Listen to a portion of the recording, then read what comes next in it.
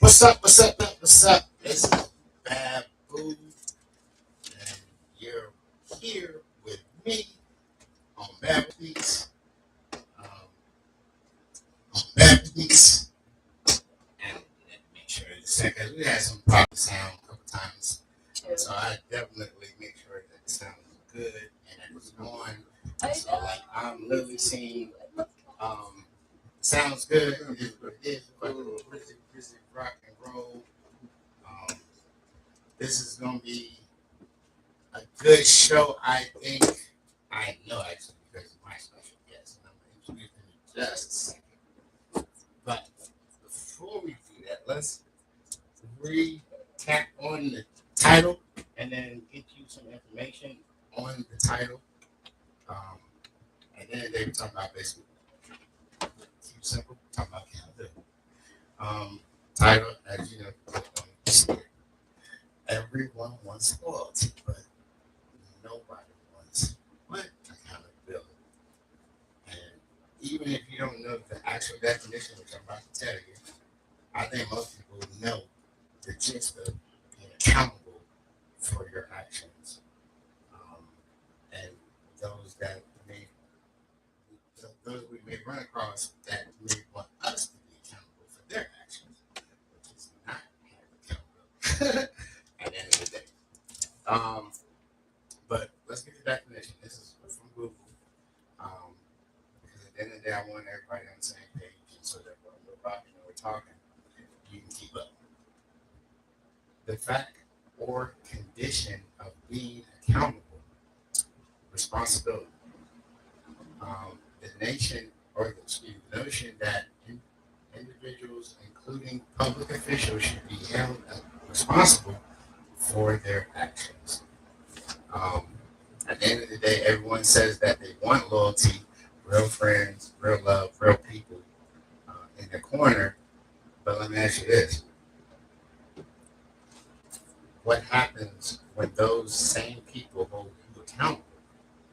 So, at the end of the day, everybody's ready to step up. But then when work is required, effort, time, thought, it could be a job, it could be a relationship, it could be a lot of different things. But when they ask you to do your part, put your energy in, are you one of those people that are able to do it? And when you make mistakes, do you do the blame game, or do you actually take responsibility for anything that you may have come short of? So that's kind of where we're headed tonight, in the morning. It's early somewhere. It's just not here. But we don't give a fuck. At the end of the day, let me introduce my special guest. I've seen my man, Mr. Don Trap. He is definitely one of the big wheels and be doing some things in the music industry, videography. He's got a blog, podcast, things of that nature too. But he's nice enough to grace me with his presence and his brain on my show. So let's try. Tell me a little bit about you. What up? How y'all doing, man? We back to God, okay, let's talk. We like one of them soul jokes.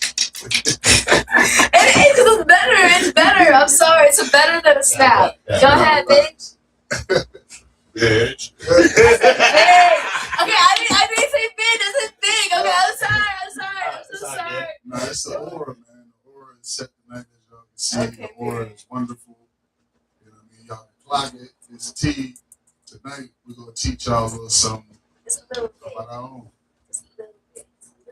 From my own experiences. That part. My next guest, first time on the show. And you know what? At the end of the day, like I'm telling you, this is season 4. Winding down. I want to see the 4 after getting the sound and the picture quality better for season 3. I want season 4. I want each season to trump the previous season. Because it has to. So like at the end of the day, I wanted it to get better and better, especially for the ones that actually take the time to keep rocking and keep watching. You know what I'm saying? I promise you, it's homegrown. do not fault me for anything. Yeah, I'm learning. Oh, like, I don't have nobody literally holding my hand. I'm figuring this shit out on my own. But then I just felt like I had something to say, and this is my platform to say it on. But this one here does. This is I give her the collegiate title. Talking to her hurts my head. It's like, why is she making so much fucking sense right now? Like, I mean, she gives me my feelings, and then it'd be like, right. And then when she really breaks it down, I'm gonna try that. Just because you know what, I'm gonna try anything one time, especially if somebody trying to give me helpful advice. And a lot of times, her shit really be working. Oh, and, thank and, you. and Thank you know, you so much. it is what it is. She's literally, we've been friends for almost 5 years now. Yeah, that's actually really fucking crazy. Yeah, because it's hard to keep people around nowadays. Oh my god! Shit. Yo, look at me. I can have friends. Okay, yes. And they say, like, if you got a small circle of friends, you're blessed. And she's definitely been rock solid. Yeah. No weird vibes, no nothing. It's been solid. It's been solid. Really, you don't have that a lot. No, it's hard to find that compatibility, that type of vibe connection. But this is my collegiate friend. It's Sunday. Tell me a little bit about yourself. Hello, friends. I'm a young college student. I'm from Northern Virginia. Oh, okay. I am a young college student. I'm from Northern Virginia, and my family's from West Africa, Sierra Leone. And yeah, me and this big man over here, we've been friends for damn near 5 years, and I am kind of honored to have that collegiate title. I take it as flowers because I usually try to stay humble about it, but I guess this is like, the school coming out or whatever. But no, I appreciate the fact that someone gives you a little bit of advice, especially someone as young as I am, and you actually listen to me just a little bit. I'm like, regardless, the fact is that something got through in the first place when you really don't have to listen to me. So it's just like, oh, okay, I'm valued. Thank you. And you know what's crazy though? That kind of plays in the accountability too, because when you know somebody gonna come with what you don't want to hear, that'd be the last person most times that some people who do not. That's accountability and responsibility. That's how I've lost friends. Like an adolescent stand working their parent. Mm-hmm. I know that. I've lost friends over that. I'm gonna go to mom. Hey mom, give her a hug. Hey, what's Literally. You know what I'm saying? You want the one that's kind of sweet, but I'm not that kind of person. I need to know. It is a balance. Because a lot of things that I went to her on was like real shit. Sometimes, actually, it was either sometimes romantic relationships I was getting advice on, and sometimes it was just friends that I was dealing with, and I wanted to fix it. So, like, I'm gonna go to the professor at the end of the day because I know she's gonna give me some real shit. She's never gonna steer me wrong, and it is, and she gives it from an extreme hyper logical point of view. And sometimes when you're in your feelings, you might be upset, you might be pissed. You don't really want hyper logical. Like, now what? Because X, Y, Z. Yeah. And I don't just shut her down like, man, whatever. I'm like, let me try it. And then when I see the tried and true, the saying goes, shit, the tried and true, kind of listen to it. Yeah, evidence based. Look at that. Yeah. Trial and error, but there's really no error when they give you love and they give you that type of advice in that direction. But I want to ask y'all a question. Okay. And be real. At the end of the day, do you actually want accountability or just support? Do you want to start it or should I? Do you want accountability or support? That's a great question. But it just depends on the person, as most answers start. But at the end of the day, what if someone can be accountable and they can't support you? I think at that point it isn't accountability because I feel like that question, it's like why does there have to be a or? You can hold someone accountable and support them at the same time. But you'd only want to support people or hold people accountable that you know will help with, who will take the accountability, you will take the support. I don't know. Does that make sense? It makes sense. Okay. You would like to have both. Right. But, this day and age, you still have people who are fighting against, things that no one knows about. That's everybody. It's a very private, knit community with, everyone trying to be on social media and be public. They're showing a little bit. You know what I'm saying? So, like, let me go back to what if you can be accountable? Well, I think I need to clarify just a little bit. Yeah. I understand what you're saying, but I think what that actually means, accountable or support.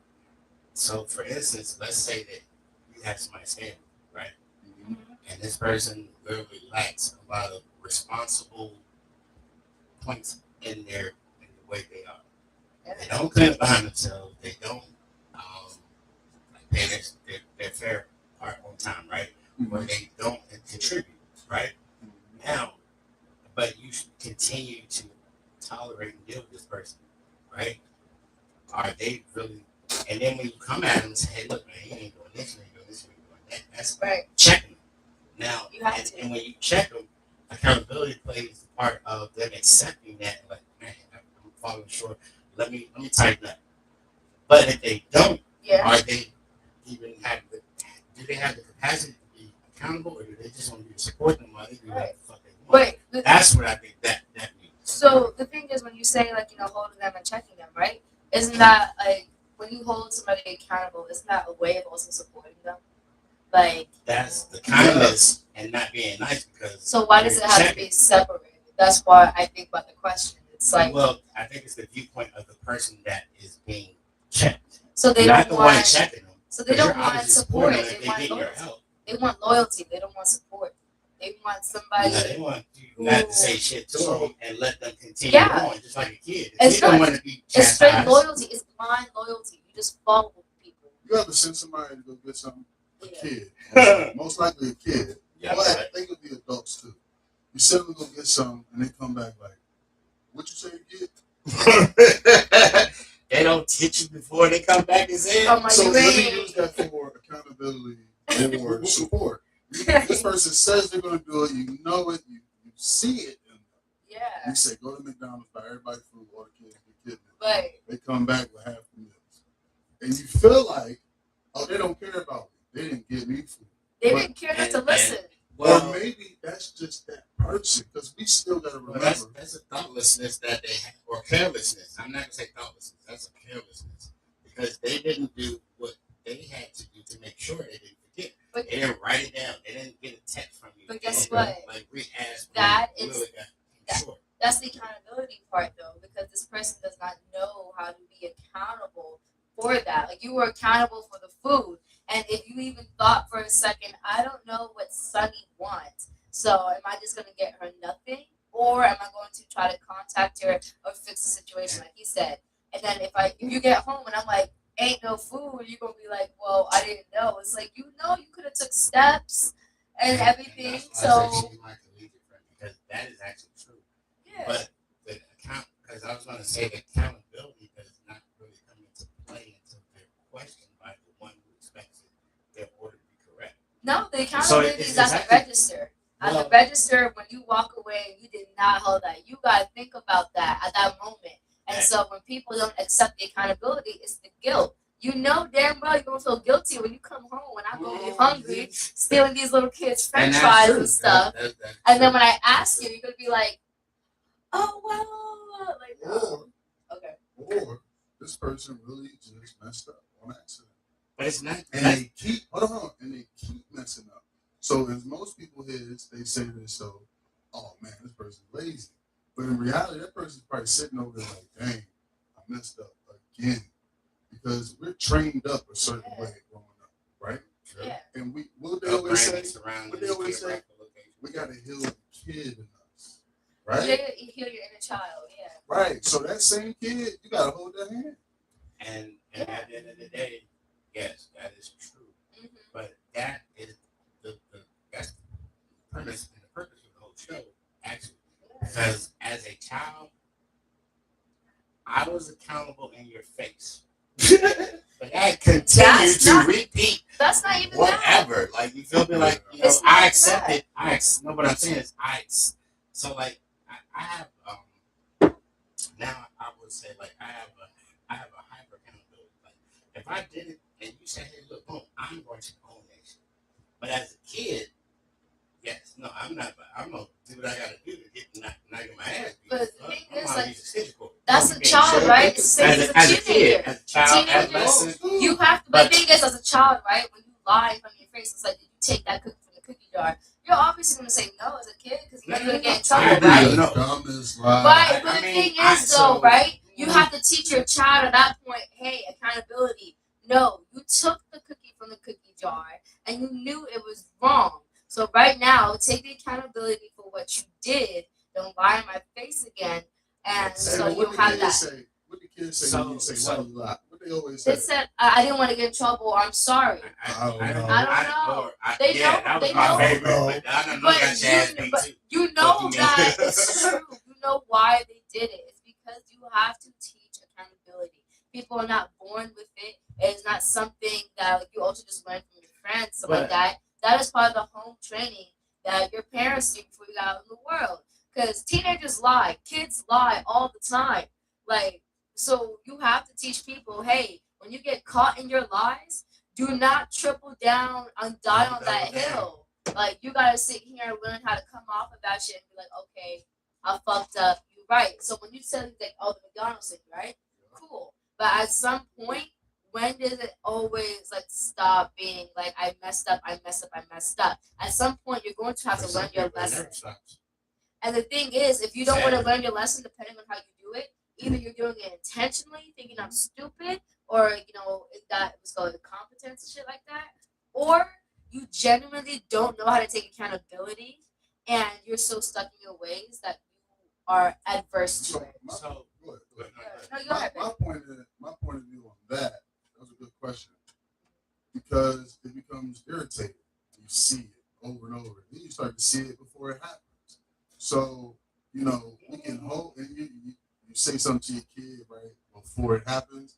No, I wasn't. You just if I let you do it, it would have been like, what I said. And that right there that's kind of like the common thing, especially when you're dealing with a child.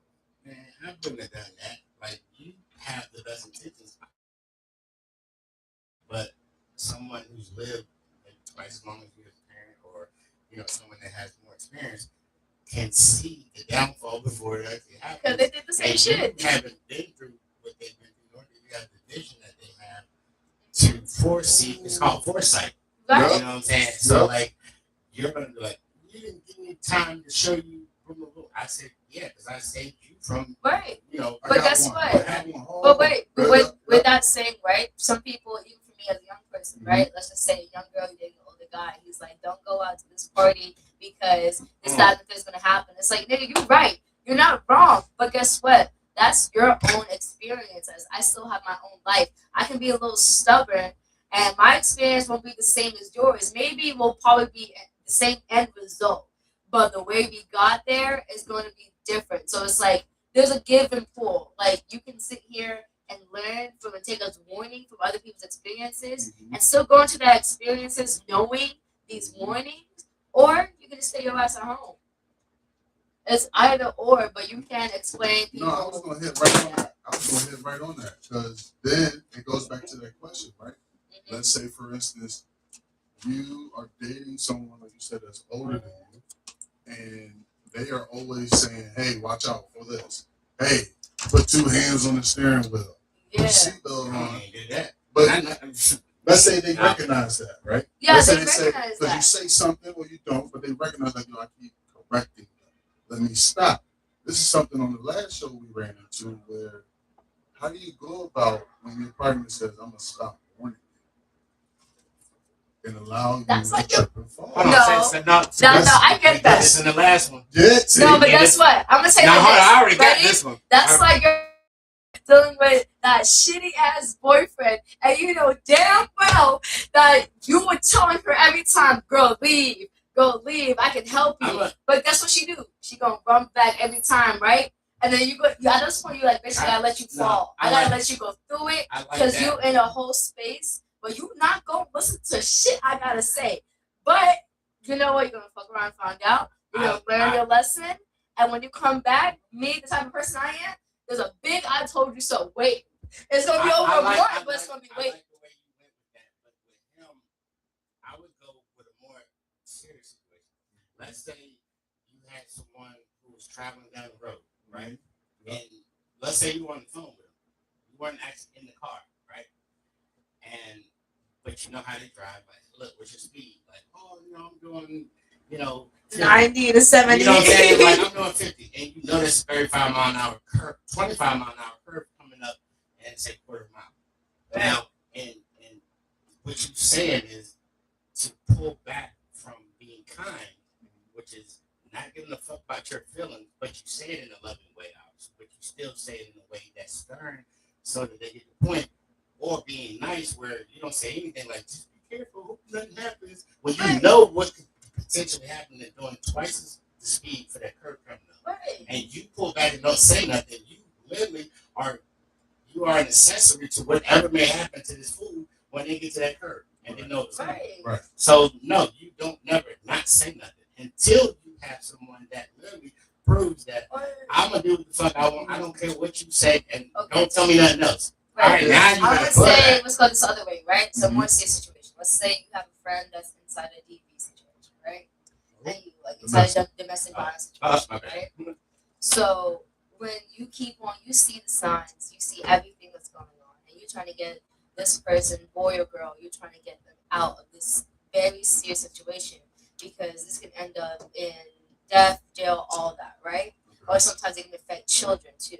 Right. So, how many times do we see domestic violence victims, survivors, keep going back and back? How much time does it take for them to leave? Years, right? Yeah. And no matter, and so guess what? You have a whole group, a gang of 15 girls, or friends and family. They're all with you. Within the years, you keep going back to everyone warning you, don't do this. This is dangerous. You gotta listen to me. This person ain't listening. They got their own issues. They got their own stuff. But you know dang well, I'm trying to warn you, not just so you can lead off the wrong path, but to save your life potentially. And then, years go on, they're not listening to you, right? They start losing friends because also it starts getting dangerous for your friends as well. Right. So it's like one of those things where it's like you can accept accountability, but it's like, are you going to listen to me? Because that's support. So I'm trying to give you some support, yeah. I'm trying to hold you accountable for the situation that I don't want to say you're putting yourself in, but if there is a way for you out and I have to make sure your eyes get open to see it, hopefully you take it. But if you don't, you're your own person, unfortunately, and I cannot stop you physically from doing something that I know that will put you in actual danger. Shout out to the women out there who any type of 3Vs. And the men as well. And Shout out to all for called those of y'all violence. watching, if y'all got a comment, opinion, anything, want to chime in on something, that chat section, hit the hearts, hit the hundreds, hit the sad face, hit mad face. Absolutely. But like, we want interaction. We want you to say something. Absolutely. We can talk all night because that's what we're here for. But in the comments, you can be a part of this too. So the last show we did a couple days ago literally was comments for the whole show, and I love to see that interaction. yeah. But I actually had a friend a couple years ago that was in that situation that gradually gravitated toward actually physical abuse, and even going in and out of the emergency room a couple of times. Yeah. Her blood family fell back because they were like, boom, boom, boom, you know better, this. Trying to Like, hold her accountable. They got tired of giving support and trying to be patient and understand. with no accountability. And she lost some friends. She never lost me. I was there, but I didn't push. I didn't like, man, you this. Stop this. Come on, leave me. I didn't do that. I just was there by her side, gave her support, helped her in every way I could. And eventually, not eventually, but like even through the process, I helped her to identify that you're dealing with a narcissist and this is what's going to happen. And as I kept prophesying, in a sense, what the next moves were going to be, And then actually happened, it's kind of sunk in. And eventually, she got out of that situation. But I didn't get in my feelings because she didn't listen. I just was there. And I never left her. And that's kind of what you got to do. I've seen friends that literally like cuss their friend out because they like, oh, he's hitting on you. You're stupid. Don't do that. But you know Where's she why? gonna go? No, because you know why? Because for a lot of females, like for me, I had this one friend. Her dude was close, constant DV situation. It got to the point when I was dropping her off, you know, at home. He was like, "Yo, and whoever the fuck drop you off, I'm gonna get them too."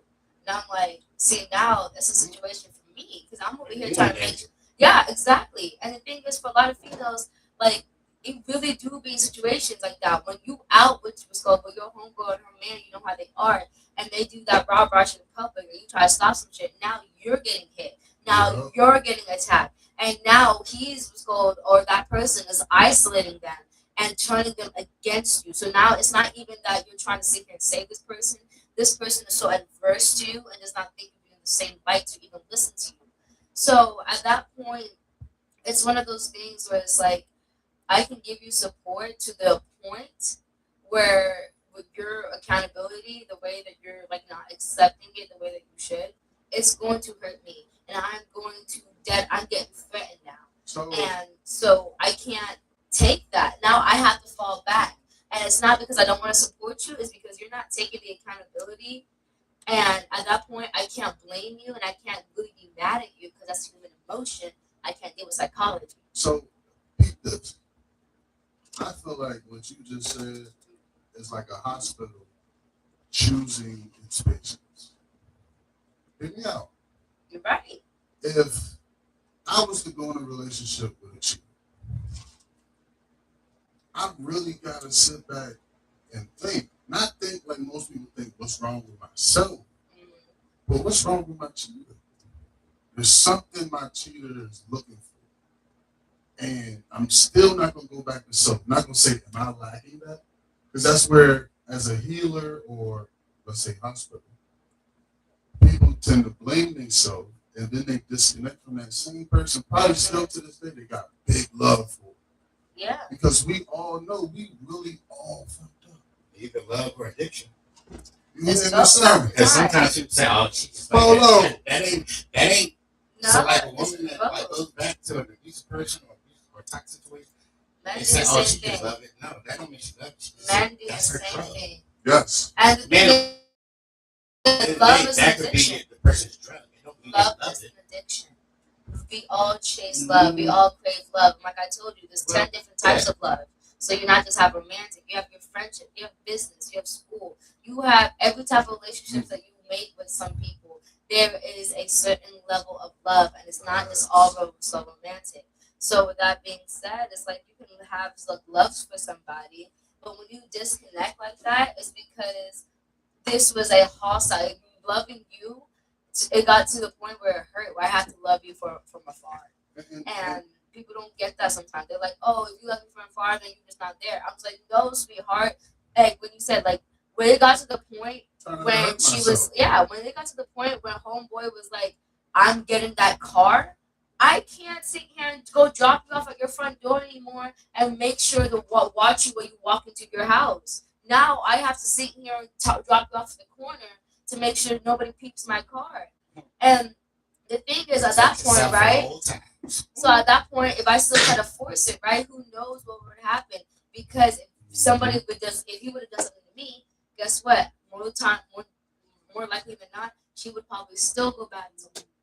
Like there have been many what's called people, even homeboys. Like you try and defend your what's called homegirl from her boyfriend, whatever. Now you over here getting shot or getting what's called fucked up and everything like that. That's why people say don't get involved in domestic situations because it can easily turn on you, and you're gonna be ended up hurt or damaged or whatever, and those two are still gonna be back together, still doing their bar shit. Can I read y'all something? Yeah, go ahead.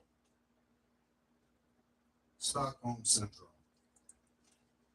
is a psychological response where hostages or abuse victims emotional bond, sympathy, or loyalty toward their captors. Yeah. And so it's fucked up. let's say that's for the healer, the hospital, right? Yeah. They've been kidnapped by this, let's say, so-called narcissist. They end up falling in love with. That's more like a sociopath. No, it's both. It's both. Because sociopaths have narcissistic tendencies. For sure. It's just the difference. In narcissism, like you have that isolated. But sociopaths and psychopaths, they have everything that narcissism has, plus some extra shit. Totally. I'm 5'2". I'm 6'5". Right. Right. Stand up. I know. I'm just all right here. It's all right here. This is what they say: opposites attract. Right. If she is the healer, what am I? I wouldn't say the problem, but I would say if opposites attract. If she's a healer, what am I? the disease. But the thing is, why do you have to think like that? No, but why do you have to think? You said a guess, right? You said you're a guess because you're not sure. Why would you even think of yourself as that? Because you don't even have to think of yourself as the healer like that, right? I'm gonna tell you why I think like that. Because, and I'm going a little right, a little left here, but as always, but I didn't mean to say it. But you think about it. If you think about it, if I'm the opposite of her, I'm like just the human body in general. Anything foreign, anything not yourself is going to be, your body's going to be on defense mode. Anything you don't like, your body's going to be on defense mode. I don't even think women like men, to be honest. Not anymore. Because of what they've been through. Not anymore. And you know why? It's because men don't hold each other accountable. And the thing is, though, like those who do, those are the ones who who definitely have friendships. Like one time, my ex, he got a little rough with me. I didn't appreciate that at all. And when I came inside and I told his homeboy, he's saying this one. So homeboy, they're both 6'3", right? Like, you know, they both know each other. When I told his homeboy, hey yo, man's getting a little rough with me, whatever, he went outside within 30 seconds and had this nigga yoked up. Like, what the fuck are you doing? And I was like, period. And then they drug him out, right? Inside the club. He was in the parking lot trying to curse out my name. Somebody else who didn't even know the situation, another one of his homeboys, told him, shut the fuck up. You're not going to speak on a black queen like that. And this is a good woman, too. So whatever the hell you got going on, I'm not going to allow you to speak on her like this outside. And these are the two closest people to him, right? So I told him and his friends, I'm like, the only reason why, after other stipulations, why I went back to him was because he did everything I asked him to do, but also the people you surround yourself with, the men you surround yourself with. The second they heard something like that, they didn't let it go. They didn't say, oh, that's your situation. No, they held his man. They knew that size difference, right? What I was about to say is, it's actually women who need to hold men accountable. We do, but we can't. Men, but I try to hold him. No, but guess what? No, big bullshit. Yeah. I was holding him accountable that night for some shit that he did to me. It's the fact, it's the size difference. So now I'm trying to hold this man accountable. You know what he ended up doing? Instead of actually just listening to me, he used his size against me. And so once I went back inside and I told the people close to him that what he did, they sat there and did it too. Because again, boy, you're not going to sit here and bully somebody smaller than you. If you're going to sit here and put your hands on somebody, you're going to do it to me, who's the same size as you. And so for me, trying to hold somebody accountable, and I can't do it because he will use now, not just psychological, since he can't take accountability, he will use his physical power over me. And me as a 5'2" woman, I can't fight no man at all. So it's one of those things where it wasn't just me, it was men. I, as a woman, especially in my relationship, I try to hold you accountable. But the second it turned opposite, it was your friends, the people you surround yourself with, who said, I will hold you accountable the same way she can, because if you think that you're going to try to do something else and wield power over her, no, we're going to keep it on topic, so and this it is. That is literally how you keep it accountable. You take it to other men. Now, it could be uncles and dads, or it could be buddies at work. Somebody, so I have this point of view of polyamorous relationships. How the hell we get there? Wait. Let me see here. No, don't do that. So I kind of like it. I'm with it a little bit. I don't like to share like that. I can fuck around. I can fuck around. Hear me out. A Again, let's do this one more time. Shout out who's been in DV. Shout out to all the survivors out there who got the fuck out and got out safely. But those people stayed in those relationships because they were trying. They were trying, but that's the Stockholm syndrome, right? The sympathy, the empathy. You keep on the potential. You keep on hoping. But there were some people. And then you can finish. This is me at my point where I'm at. Fuck hope. Hope is what keeps you in that shit. No, it's not. Yeah, it is. You know what it is? Hope keeps you in it. Hope win championship. No, you know what it is? I ain't been a champion in fucking years. Yes, you have. You're still here. You're still here. This is me. Sometimes you're not. What I'm saying hold on, Derek, this from the heart. Sometimes you're not champion. Sometimes you grow champions. Or you can be the team player. Everyone has their own part. You don't have to be the quarterback. You're right. But to be honest, though, like what you just said, that no hope, no, never say fuck, no, never say fuck hope. You know why? Because my biggest thing is that any type of, let's say CIA, any type of special forces, right? The government tries to break you down, or somebody torturing you tries to break you down, right? But no. I'm saying this for human beings. The only thing that usually keeps us alive, the only way you can break down a person, any human being, is to break down their hope.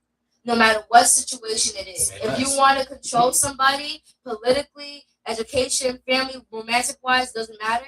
You sit there and you attack their hope. Not their hope and just like their general hope and just things. But if you want their hope of things getting better, their hope of this doing that, it can be focused and generalized. And once you destroy somebody's hope, a human being's hope, you have them. You have completely broken them. Listen to me. Yeah. But no, that's what I'm saying though. That dark place, right? Don't ever give up that hope, because when you give up that hope, that's your will. So now you have been officially broken, and that you can't let yourself get completely broken, because anybody can try to mend you. And some people who try to see you fuck you up. You know what's funny though? You're right in a sense, but I still operate as if I had hope. You have hope. I know I'm weird.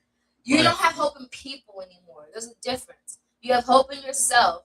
But it's like, I can't put my hope in you. I can't put my trust in you, because you're going to break me. I don't care about me.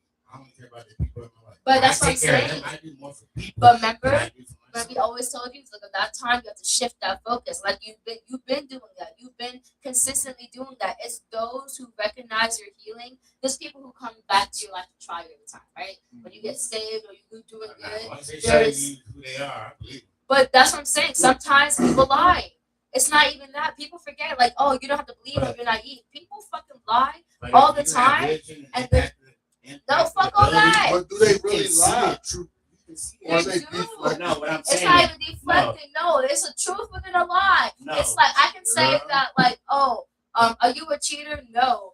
Let's go, like, have you cheated? Or something, like, let's say like this. If somebody was drinking this a little bit too much, right? Like you come over to their house and you give them a beer. And you give them a beer, and then they're 3-5 years in. For you to sit there afterwards and call them like an alcoholic type shit, like that's like lying. Okay. I know. No, because I want you to do it. You want it. But the thing is, I always look at it like that. It's like, I'm never going to sit here and allow someone to break my hope or make me feel some type of way, because I don't regret any kindness that I give out. But the thing is that when people lie, it's because, like, yeah, it's installments, right? It's like, I'm not going to tell you about a threesome that I had this wild ass night, on the first date type shit. But, like, later on, yeah. But if you say some shit like, oh, no. So when people say they reveal to yourself, right?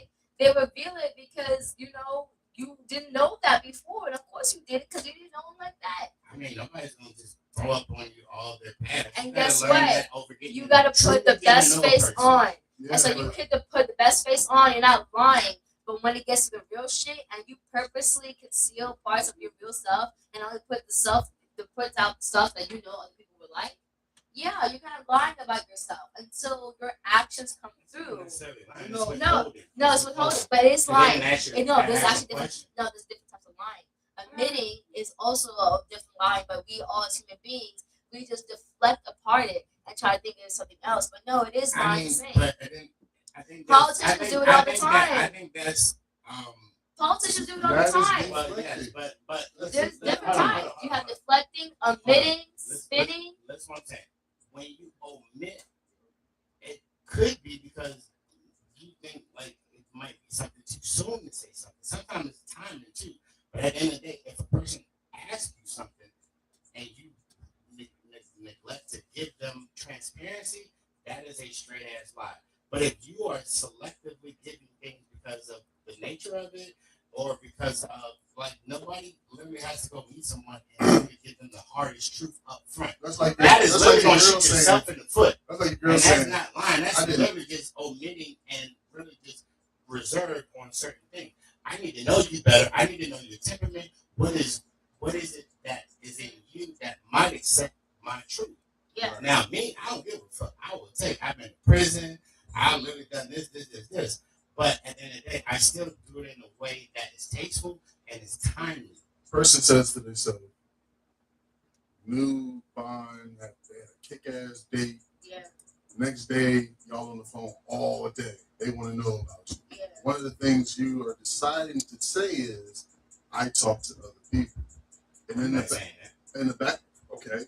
You're not my girl. I don't know you that. In the back of that person's head, See, I you're don't saying, have that mindset. I'm like, you do owe me that. Like, tell me if you're talking to other people. but then But I know, because I need to know how to imagine move. it will come out dude. in the right light. Because they'll be like, well, because at some point you're like, well, what we doing?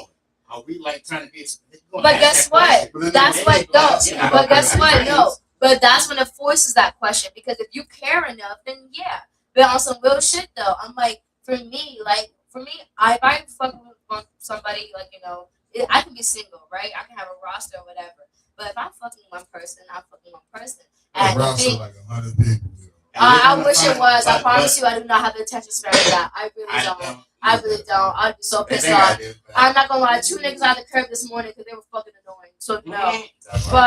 But some real shit. You would pick the time. You would just come out. It's not just time. It's like me. I would let you know, hey, I am having fucking with other people, because also, right, outside of the emotional parts, sexual education, sex safety. You need to know if I'm having other sexual partners. And the thing is, romantic or whatever, you don't even know who the fuck I'm talking to. But if I'm over here having sexual intercourse with other people, and I'm trying to do the same thing with you, hell fucking yeah, do I think you owe that to me, to let me know you're fucking with other people. And the thing is, I'm just saying that's not. Hey, how you doing? I'm fucking. Yeah, I know. It's not like, that. It would just come out like it's that. not that. But like, if the question arose, or the topic arose, I'll always feel like you owe it, because it's like, no, now I know how to move, right? Because I don't want to sit here and think like, if you need something fucking anybody else, then I'm thinking you're the only one I'm fucking, and I'm the only one you're fucking, and everything's cool and that. Right. And then next thing you know, 3 other bitches had you in their house this fucking week. It's like, yeah, now it makes me look, on the other emotion part, makes me look stupid. Like, why the fuck am I sitting here fucking with one nigga when this nigga is fucking with 4 other bitches? Right. It's like, I could be, like, you know what? Like, if I can have 3 niggas, what about 5? Fuck 5 niggas, what about 9? That's what I'm saying. So I was like, if you get in your way. Okay, so so real shit got said. That's how you know. See, that's that spiritual shit. That's how you know some real shit got said. Boom. Says a mic drop. So yeah. Big mic drop. Should I go fix it? Should I go fix it? No. Oh, okay. I Now know. we gotta do a height check again. Everyone's taller than me. Yeah, I wouldn't see you coming. Everyone's taller than me. I know that. Oh, you gotta back it up when I say it up. The headless horseman in this bitch if I don't. Uh-huh. Alright, so like because I want to get to some of the other questions so that we can get some other angles on the spectrum. Yes. For other people that, you know, it might relate to them, they might relate to it, whatever. But I'm gonna say this, in the level of, or in the spirit of domestic violence, bad relations, if you're in a situation that it is very unpleasant, I just want to tell you a little story, real quick, real short. There was this guy that lived in a rural area, um, and he would walk to work um, every day. Yeah. That he had to work, 5 days a week. Man. But he would walk past down this road, and he would walk past this house that sat off the road. If you ever been in a rural area, the houses are not like right here with sidewalks and shit. They're like 2 lane highways. Houses sit back. They're 2 miles apart. 3 or 4 acres of land. You feel me? It's a 5-minute walk to your neighbor's house every time. That part. So at the end of the day, he would notice this one house that he passed on his way to work. Um, this old guy would be out most times sitting on the porch, rocking in the chair, and there was a dog in the yard. And every time he would walk past his house, his dog was wailing, crying, and just doing the most. Like, man, he sounds like he's in so much pain. Why is that dog okay? And so, like, of course, he's not gonna just run over there, but like one day he's like, you know what?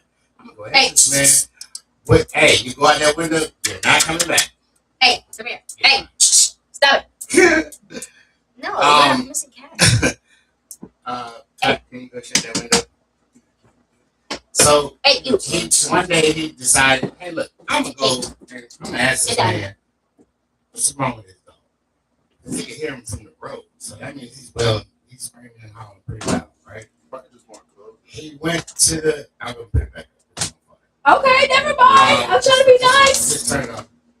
So he walks through the yard, reaches the man, you feel me, and asks him, sir, I walk this way pretty regularly going to work. And the man's like, And he's got his little country motherfucker. He literally got his pipe in there, he's just rocking. And he says, I can't help but hear your dog from the road. And he was like, yep. And so he's like, he asked the man, and he was like, well, what's wrong with the dog? Like, why is he wailing and howling and screaming like that? And the old man is rocking, didn't miss a beat. He rocked right on with the pipe and everything. And sitting on the nail.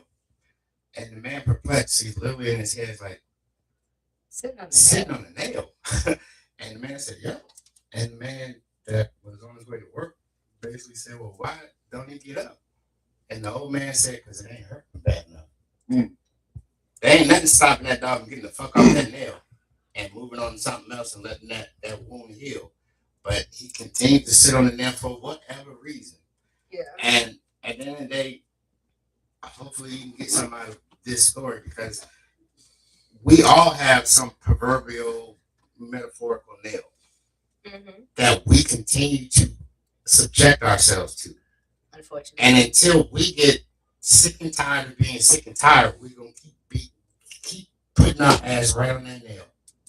So at the end of the day, whether it's domestic violence, whether it's a bad relationship, whether you're dealing with a narcissist, whether you're dealing with whatever the mental disorder is, or whatever it is, until you get sick and tired of being sick and tired, and find a way, because there's always a way to get out of a situation. Even if you have to go like literally no contact, even if you have to just fucking disappear, whatever the case is, and literally try to lean on some support, comfort, your village, whatever the case may be. And sometimes people just can't let go. Sometimes you can't even. And the trauma bond is a real thing. And sometimes PTSD and all that is a real thing. Sometimes you just really gotta be like done. And when you're done, you'll find a way out of it. And then you trust in the universe, God, or whatever it is that you look to, you're gonna find a way out of it. It's the hope. And you gotta really, and also it's adamant, being adamant and determined, and like, I just gotta do this. It's the hope. You have hope that things will get better. And hope and all of that wrapped in one. Whatever it is for you, you gotta tap into it and find a way to get the fuck out of that. It's situation. The hope. That's the basis of it. The hope that has the belief that things will get better. Hope that you will put yourself in a situation for things to get better, no matter what. And even what's going on, people forget you can always take things as a yin and yang, negatively and positively. Hope can also be a detriment. Kind of like how some people look at political climates, right? Or whatever the fuck was going on. I said political climates of any country, right? When they're going through some shit. People forget it's like hope is not a strategy. It is not a strategy. It's a motivator, but it is not a strategy. You gotta It see. should be. It's not, because you can't just hope. Like, I hope, some rich nigga comes in my life and just you got a lot marries of gold me. diggers out there that hope just like that. Right. But no, the gold diggers, right? They dig. They actually work. They will You're go actually to working for it. like they will go to the places where they know they can find those men. They will dress. They will dress the way that they can. They will put strategy behind it. Hope is not a strategy; it is a motivator. So when you said, like, when you get out of that situation, when you put all that plan into, you have that plan only because you have motivation. What's the motivation? Hope that you can get out of whatever the fuck you're in to a better situation, based off of the actions that I'm about to take. Let me still make you on this. Sometimes you don't have plans. Let me still make you on this. When you And hope, that you say, I hope this works. I hope this works. So you really gotta put a plan together for maybe your partner. You know what I'm saying? Maybe a job interview. Life-threatening situation. I hope I live. You Oh, ain't yeah, about to see I it. guess you are. Well, it's 20 minutes before you get home. When you plan something, no, fuck that. You're gonna But motherfucking guess what? find an opportunity when he or she, because niggas get their ass beat too. So guess what? Hey, niggas at your job. I But no, hope- what I'm saying is, you're not gonna be like, oh, let me sit here and get paid. No, you know what you're gonna do? You got an opportunity, a window, very small and sometimes, and But you get Derek, the fuck out of there. Guess what? We're Yeah, gonna go you back to done. the basis, right? I hope I get that opportunity. I hope We that he get does hope not is in the get picture. here. I'm not saying hope No, is that's not. what I'm saying. saying. That's what what I'm he saying. said was plan.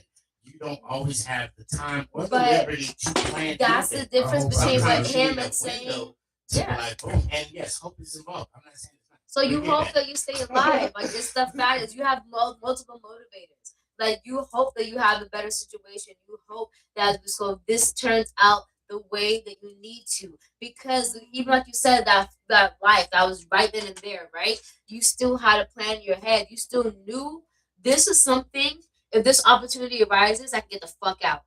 And even if it was called like spur of the moment, like you didn't plan it, you didn't know how time's coming on, you just knew.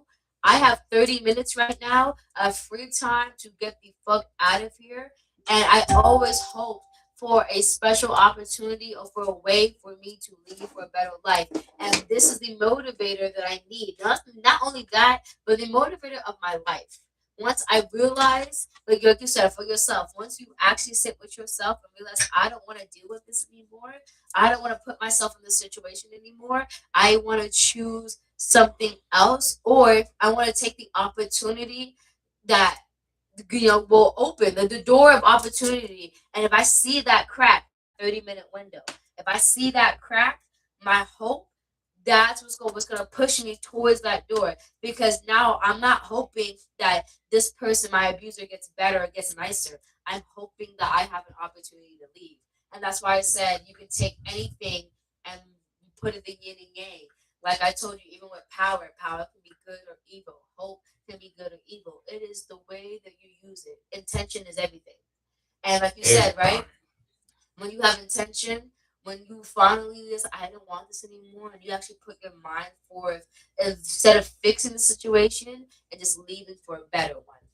So it's one of those things where I'm really like surprised, like this conversation, everyone brought up this like all different points of views that could happen in the exact same situation, and half the time it's chronologically. Half the time, this is like part one, part two, or part three. Say for that. All right, Yep. so we're gonna. I got 5 questions. I'm gonna try to. We're gonna minimize not much, but just a little bit, because I'm gonna cover all 5 because they're good questions. The first one is: if someone tells you about yourself and it hurts, does that make it disrespectful or just the truth? Absolutely not. It doesn't make it disrespectful. It depends on how they say it. Because I remember the first time I learned how to take accountability, right? I was at Starbucks, and that time I think me and my boyfriend just moved in together. And I was like around 18 years old. Yeah, I was 18 years old at this point. And I guess we were fighting, whatever. I don't fucking know. But some shit was going on at work. Like, when I say shit was going on, as in Starbucks is fucking busy as fuck. We have 300 customers within an hour. And that's mobile and physical, right? And so one day, my manager, she said, Z, here, sit down. No, I need to lock in. She's like, you're stressed right now. You are not doing okay. Like, you're messing up. You need to lock in. You need to get your shit together. And I was like, no, I'm fine. I'm fine. She's like, no, you're not fine. All right. Myself. And of course, she's my manager, so I couldn't say anything to her at the moment. But when I went home, like, my boyfriend wasn't there at the moment, but I sat down with it. And I really did sit down with it. And I had to reflect on everything she said. And I was like, she didn't say nothing wrong. And did it hurt? Yeah, it fucking hurt like shit. Because anyone getting reprimanded, you're going to feel hurt. But when you can sit there and get through that, and you can listen to it, and then you can actually not even just listen to it, but you can be like, okay, so she's right. I am hurt right now. Let me fix this so it doesn't affect my work. And this mistake that I made, let me make sure what are the steps that I can take to make sure she doesn't talk to me again. That's one of those things, right? Like, if you actually take accountability, I don't want to feel that way anymore. I hated the way that I felt when she told me all of that, and I had to go home and sit with it. I damn near cried. Authority. No, she had authority though. That was my manager, right? That was at work. She had authority. Yes. But when you go home and man said the dishes ain't done, or you might even say to him, you need to take a shower. It's gonna come off. I don't even know if it's gonna be offensive. They're gonna deflect because there ain't no authority. Because it's easier to do so. So it's easier to not accept accountability from your friends or your family or your things. But the workplace, right? I had to learn from the workplace because I knew I was not going to be able to learn accountability from my friends and my family. Because then when I learned that type of accountability, right? So I started thinking about all the other times people have told me the same shit. My friends have told me the same thing. My boyfriend told me the same thing. And my family told me the same thing. I didn't listen until my manager told me the same thing. And because of that authoritative title. Yeah. So, like you said, right? It's harder. You're not probably you'll be less susceptible to listen when you have that close personal relationship. And I'm twisted to say that's because you can lose your partner. You can't lose your job. But the things you don't want to lose your partner. The things you have a different expectation for your partner. You're not expecting. It depends on the level of respect. Right. The thing is, you're not expecting your manager to speak to you with love. Yeah, you're never expecting your manager to speak to you with love. Before I lose a real close friend. But even then, extremely high level of respect. But like I said, there's different levels to it, right? That's your manager. That's your job. That's your power. Not your power, but that is your income. That's how you sustain yourself. So there's that. But then also your partner. Yes, that is also your life partner. Because human beings, no matter what, so and your friend. Is this a friend that you just met, or is this a friend that you? I know, but you lose a manager before you lose a friend, right? Yeah. Okay. Now, is this friend someone you just met, or is this is a long time friend? If you call them a friend, it doesn't matter. But imagine if the intensity increases over time. Yeah, so a short-term friend couldn't really come at you like that. No. So I'm trying to pin this against y'all. Unless they show me something. No, my short-term friend can come at me like that because you notice the same shit that my long-term friends have. Oh, you mean like as far as correcting you and like telling you about yourself? Sometimes, yeah. Because at the end of the day, I still exhibit the same behaviors, because the long-term friend, short-term friend, like I just told you, my manager, who I didn't even know like that, only certain time for certain shifts. When I sat down with what she told me, like I told you, my friends have told me the same things. My boyfriend told me the same thing. My mother, my father, my brothers, my cousins have told me the same things that she just told me. But why did it set in?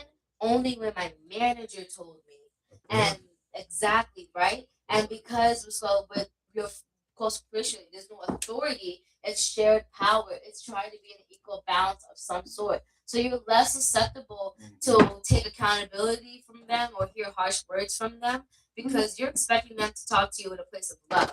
And your manager, things like that, acquaintance or other strangers, they don't owe you shit. So you know that. So needless to say, you would not take it as disrespect. You would take it as it depends on how they do it. Because if you tell me like you're a lazy bitch, I'm like, fuck no, bitch, fuck you. I mean, but the thing is, that's like it can be the truth, right? But you don't have to call me a lazy bitch. You can just be like, you're not working as hard. The situation that you're talking about, was it disrespect or was it the truth? It was literally the truth, but like you said, I had to learn. That was the exact moment I learned accountability. I thought it was disrespectful. I thought she was being mean for a second.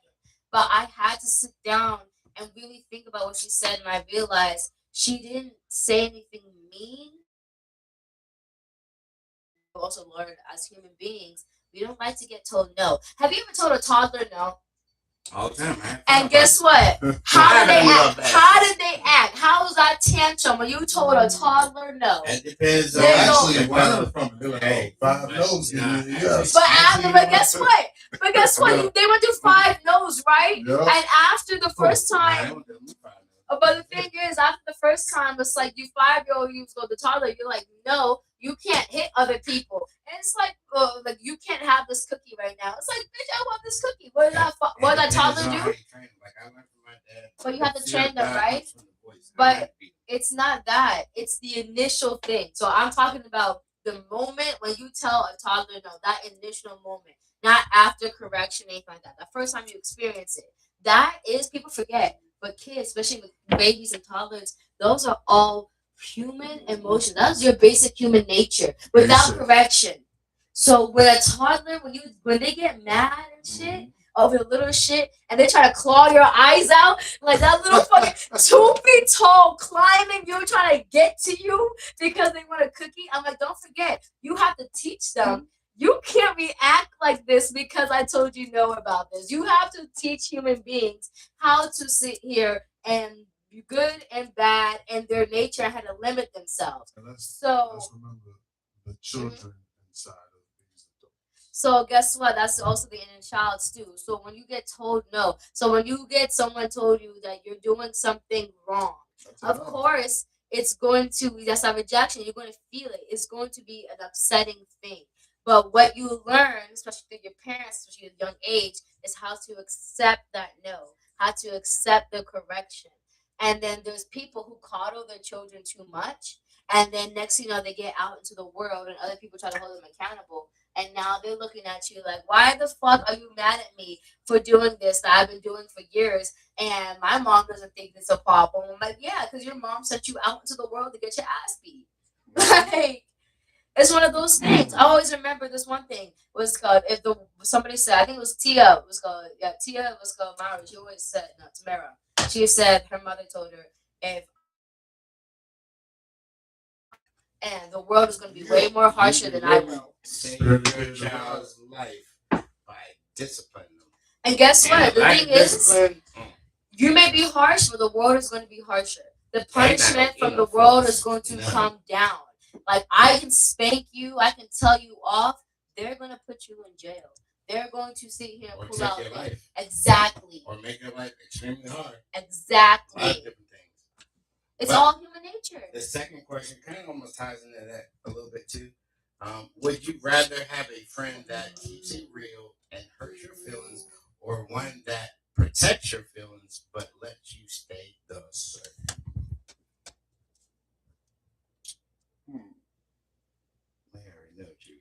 You let them run to that 25-mile-an-hour curve. Going 50. Going 50. Going 50. That was him. Hope you make it, bro. Hey, look, they might learn That how was to him. drift. Come out, but you know what? They're not going to be the same as the car. You know why? They might learn how to drift. They're going to slide No, off. because They're you going to hit 6'5", that wall. that's why. And then they're going to be like, bro. It's because you're 6'5", that's why. Why you ain't say something? And then they're going to make you be like the monster when they should have had some common sense. That's all right. But Common sense ain't no, common. like, but would you You be know, kind common or would sense you be ain't nice? common. That's best with us. So, The question is, let me take my motherfucking glass out. You know I'm blind, bitch. Would you rather have a friend that keeps it real and hurts your feelings, or one that protects your feelings but lets you stay the same? I would rather have a friend that helps me grow. Definitely.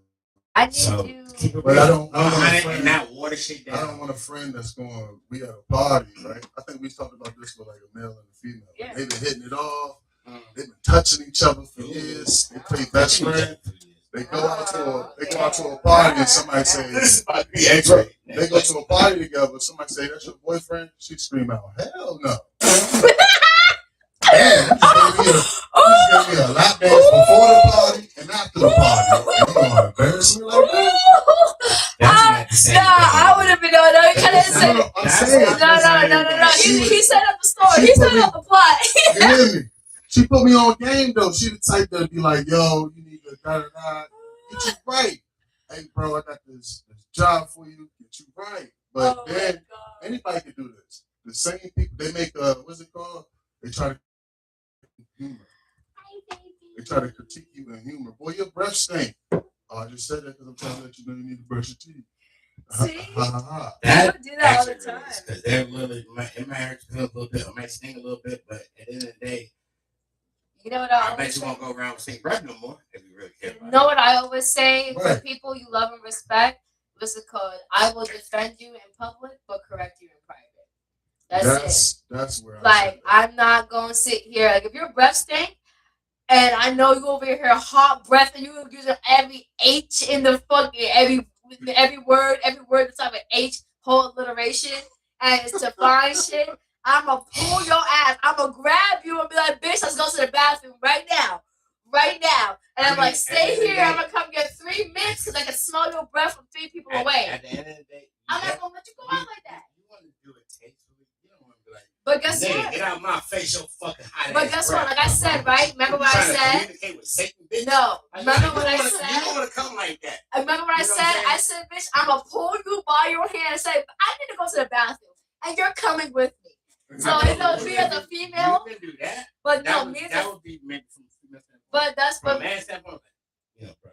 Hey, you need but to guess trap what? that breath right I guess what?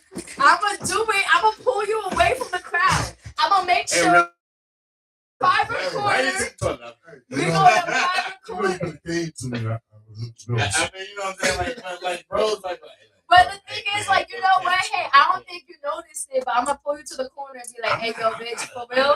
Your breath is kicking. Like, you got some people out there that's blunt. Like, blunt is not kindness. Blunt is not like, oh, I'm just telling the truth. Fuck that. You have friends. Blunt is you were maybe offended by what you were relaying and you giving it raw as fuck because you don't care. Remember, it's a blunt object. You hit them with it. If you care about a person's feelings, you're going to motherfucking taper that just a little bit. Yeah. Unless it's something that's repetitive and it's getting on your fucking nerves. Boom. Yeah. They come hard as man. Get the fuck out of my So face. that's I don't hear that shit. Or whatever the case may be. But like, if you really fuck with somebody, you care about some hey, look, bro, like, boom, boom, boom. You're going to come at them and you're going to pull them to the side like a true friend and not be a dick about guess it. What? But yet, you're going to still be man enough, woman enough, brave enough to put it out there. And I have not always been that person. First time in my life, I would literally be the nice motherfucker, living like, I ain't saying shit. No, I didn't know how to tell a woman, man, your shit. But now, like, I'm literally, and this is real shit. I know if you ever watch a black comedy, you definitely seen it. Maybe it's on the way, I don't know. But, like, you do that fingertip, and I'm like, you know what? I think I left my, I left the fireplace burning. Like, I need to go. You go find a way to escape that room. So the thing is, day, like, you know, I remember one time when my friend she had to teach me that. Like what you just said, I had to learn that because I was so blunt, right? My mom, she used to she says it frank. Like she was like, oh, she was a very frank person. She's like, you're not gonna get her to do anything she don't want to. She's very frank. She'll tell you how it is, right? And one time, my homegirl, my best friend, I love her down. My mom prays for her every day, right? So, right. And so one day she was having a little tiff with her first roommate. And to be honest, I knew about the tiff, and I was like, I can see some shit on both houses, whatever. And they had a luxury apartment, right? So the concierge, so downstairs, she knew both of them, but she was kind of more leaning on the side of the ex-roommate. And so my best friend, she was like talking shit on the concierge, and I was like, hey, yo, not too much, because on some real shit, she's not wrong. Like some of the shit that you did, like everything she said, I'm not gonna lie, bitch, I was agreeing with her because I would have told you the same shit. Because you're doing too much. And the thing is, you forgetting who you're playing with. Because I was like, I know how you are, but the person you're playing with is not like that. She's not like that at all. And I was like, you have no place to stand because as your best friend, I'm telling you right now, I would act the same way as her. And I only would give you grace because I love you. And this person did love you. She moved in with you. So for her to do that shit, I was like, nah. I need you to slow your roll because you're getting too big. And you know what? That was in front of her boyfriend, in front of her another friend, right? And later on, she texted me. She said, Sonny, real shit, you're right. You're not wrong in anything you said, but I did not appreciate you saying that in that moment. At that moment, what I needed was support, and nothing you said was wrong. Just the way you got it out. I did not need that type of accountability in front of all my, my boyfriend and my friends like that. It didn't make me feel good, and it took me some time to actually hear you. So you're right, but you need to learn your timing because that was not was good. It did not make me feel the way it should have. And I was like, you know what? I love you so much and I respect you. And the fact that she said specifically, I wasn't wrong. It was my timing and how I said it. And so now, and so now when I talk to you guys like this, I'm like, yeah, I had to learn that with my best friend. I was like, you know what? Everything I'm saying is right, but there's a time and a place. And that's when I learned I could have pulled her to the side. I could have been like, okay, yeah, bitch, you right, da da da. And things I didn't think she was right, I could have been silent on it, made little comments, but I didn't have to read her down in front of her boyfriend, her other friend, like that, da da da. Right. So that's when I learned defend in public. In public, if you do some shicey shit, I may not take up for you like that, but I'm not gonna let nobody do too much on you. I'm not gonna be like, oh no, calm your ass down now. You ain't wrong. Like it's like you ain't wrong, but like you talking too much. And you gotta teach people two things. One, you gotta have self-discipline. You get embarrassed, and then not only you get embarrassed, but you was just now blurting a whole bunch of lies, and this is normal. I can't condone it. You know what I'm saying? I can't condone it. I gotta. They gonna look at me. I'm gonna right. I'm not co-signing this. I ain't co-signing this. God watches. He don't like that shit. He don't like that shit. I told you, right? God watches. I know. No. But that actually took us right in smack dab in question number 3. Is calling someone out in public ever okay, or should accountability always be private? I'm putting that back. Because it kind of touched on it for real, like for the most part, like it should be private. But I think, like devil's advocate, there are instances where accountability should actually be literally put in public. Yeah. When someone's life is literally in danger, jeopardy. Yeah. For instance, let's say you're at a lake and you're in the dock with a child. Are you gonna wait till you get home in private to tell him like, fuck no, get the fuck away from that end of the dock before you jump different. Off and fall? That's different. So that's different. You have to have discernment, and you have to have a certain discernment of when to say and when not to say. I know. And depending on who you're dealing with and the level of it.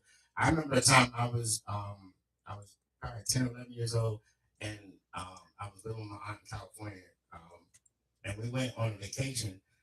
We went to Canada to see the expo, which is where the countries come together. It's kind of like a carnival or amusement park, but it's the Afro together of Was it the Afro Fest? No, it's expo. It was expo. Oh, okay. So you had the Canadian, you had the European, you had the African. They had all these countries that had basically like their little sections and areas and stuff. And I think it was Sunrise, but not a lot. And then we were there for a week, and we came back in Oregon on a houseboat for a week. I was sitting on the front of the houseboat, and the houseboat, the bow or the boat, whatever, in the front of the boat was flat with no railing. I literally was in a lawn chair on this houseboat, literally chilling, right? My uncle let my cousin get the wheel. Oh, Jesus. I wish Jesus would have taken the wheel and literally, not her, because there's a she whipped that shit like a Nissan, didn't she? No, she didn't whip anything. She just didn't know how to cross the waves from other boats. So when you're riding in water, lake, ocean, whatever the fuck it is, if you're riding and there are other boats that are coming, like, you gotta, across you, their waves from their boat, literally waves, so that you don't rock your boat. And she literally went into their shit like this. It up. She said, I almost fell off the boat. You feel me? So, like, at the end of the day, I didn't necessarily do anything particularly wrong, except being in a lawn chair with no railings on the front of the boat, was literally flat in front. But the way my aunt literally sprinted like Zeus boat, and at the end of the day, like, she got on my that trick. You feel me? So Right. she had accountability. I had accountability because I should know not But that to was be a there. correction. Because there was no brackets or stabilization for that chair where I was sitting. Right. But the thing is, like, you're right. But with children, it's a little different. Like, for me, I always feel like if the disrespect was public, if the disrespect was loud in public, right, then the apology just has to be just as loud. And if my homegirl, I'm like, I ain't gonna hold you. If you, like, let's say you said some shit about some bitch's kids, I'm like, all right, bet, right? I'm not gonna defend you at all for that shit. I'm gonna tell you right now, either you gotta catch a fade or you gonna apologize. And that's it. Right. It's like at that point I can't be all rah here for you in public. You argue with a bitch, I'm like, I spoke on her son. I'm gonna look at you like, bitch, right now, give me your earrings or apologize. So let me ask you this then, right? Say the disrespect is, holding you accountable, etc. In a disrespectful manner. But then what if the apology is being able to accept what they kick out as a reaction? But that is what's called the apology. That's an actual apology. People forget when you apologize. They're like, "What the fuck you in my face for about it?" But then at that point, if you say, "What the fuck I'm in your face for about?" Okay, so like, no, for example, right? For every bitch you like that, right? No, for example, every bitch you watching whatever, like if you watch Baddies, for example, right? So. You guess what? You had these 3 girls named. See, I actually like it now. Exactly. So guess what? So Summer, Lex, and Dolly, the big 3. Summer, her no, because they really were the big 3. They were beating ass for 2 seasons. No smoke. But they beating ass separately. But they're doing separately. That was Summer. Summer was her best friend. No, guess what? Lex and Summer were best friends. No, imagine they were friends. They're best friends for 3-4 years. So all 3 of them. So imagine for you, especially as a female, for us to put our hands on another girl that we call our friend and bloody her. When I said she disrespected her face, that ass, her face looked different after that shit, right? And don't forget, you know why? It's because Summer started talking shit about this other girl named Tasiki. You have Tasiki and Krishan. They're both sisters, right? So Krishan did some foul shit and exposed some family secrets. And she said that Tasiki touched her when she was a child. Child on child, all that, right? Playing house. You know how it goes. But then it got into the public, right? And everyone was like, this don't need to be on TV. This don't need to be on internet. You guys need to go to therapy about this. This should not be around. And especially because it triggers a lot of other fucking people, right? Yeah. So also, Summer starts popping it. Starts calling Tasiki all this on the thread. When I tell you, she started calling Tasiki a child rapist and shit like that. And she was popping it. And the thing is, Tasiki, she a fighter. I mean, she taught Krishan how to fight type shit. They UFC fighters type shit. They can give Amanda Nunes not a rub for her money, but they can sit here and last at least 1 round with Amanda Nunes, right? So, with that being said, Lex and Dolly, they always fought for each other. Like the same way with Rose and Gemini for me. They know they're like, Sonny, you're never fighting. I promise you that. If we're around, if any bitch throws her hands up, we're pushing you to the back and we're fighting for you. And it's because I don't fight. But also, I know never to put my bitches in that situation. So, you know what Summer did? With the biggest fucking eater on sister family situation. You're putting your mouth in that shit and you popping it. And you calling this woman a child rapist on TV about her little sister and then going after her little sister shit like that? Exactly. And guess what? Krishan and Tiziki, at first they came in together and they pressed the big 3, right? So when they pressed the big 3, of course, the Lex and Dolly, the one who blooded her shit, they said, Summer, I'm not fighting for you. This is your shit. Because it's not like we're scared or whatever the fuck. It's because of what the situation, the context. And guess what? When Summer was getting too off, her friends tried to be like, Summer, stop. Summer, stop. Tasiki pushed Summer down his 5 steps. You know what happened? Dolly caught Summer. And so Summer didn't feel any of the steps. Dolly took all of the steps for her. At the end of the bottom of the stairs, Summer was able to get up. Dolly was the one on her back. And she already had a broken thumb or some shit like that. And then Lexi, let's go Lex, when she was trying to get Summer away, she was like trying to pull her in. She then started sitting here talking shit about Lex. Like, Lex, fuck you. You're not a real friend. All that shit. Like you just said, popping it. She dead ass. She broke down that shit. It was so hard to watch these girls, her friends, try so hard to get this girl under control, to get her back to her senses. And when Summer was like, "You guys ain't fighting for me. You guys are fake bitches," they're like, "You putting yourself in a situation that dead ass we cannot fight for you for, because you talking about real life shit, right?" So at that moment, her friends had no choice but to try to correct her in public. And it did not work, to the point where, like he said, Lex had to rearrange her motherfucking face on national TV. That was the realest fight I've seen on base. And because don't forget, this is your best. That's like if you saw me and you got into a fight, like me and you was same sex, right? Boy, girl, whatever, right? And we were both same sex, and we were friends this long. For us to get in a fight like that would be diabolical. When I tell you, it was one of those things where it was like, your friend is like a boxer, a marine, or whatever. She been hating. Because no, they haven't been hating. Though they've been together, they've been friends. It's the fact is the way the shit fell out. Once they thought, like you said, they try to hold her accountable. And the thing is, she didn't want to be held accountable by her friends at that point. She wanted support. And it's like, we support you in everything you do, bitch. But right now, the shit you're talking about, you're calling another woman child rapist for shit that her sister went through. And to be honest, that's family shit. That's sister shit. You shouldn't even get into that. And then the topic of it, the severity of it, that should be for you never to speak on in the first motherfucking place. And so now you telling me to go fight and defend you off of some shit that you're saying that I generally don't agree on? Ooh. No, I'm not doing that. But also look at Summer, right? Why the hell would you put your friend inside that situation? And with that, we go into question number 4, because it literally. No, wait, no, he needs to answer though. He has to say something. I took over that whole thing. He was being so polite. At the end of the day, like you ran down, and I didn't even know half of that stuff about that. I mean, I see it the same way. Like if we can't communicate, even if we piss the fuck off, but we can't communicate. If we can't fight, and then afterwards we're like, "I love you too."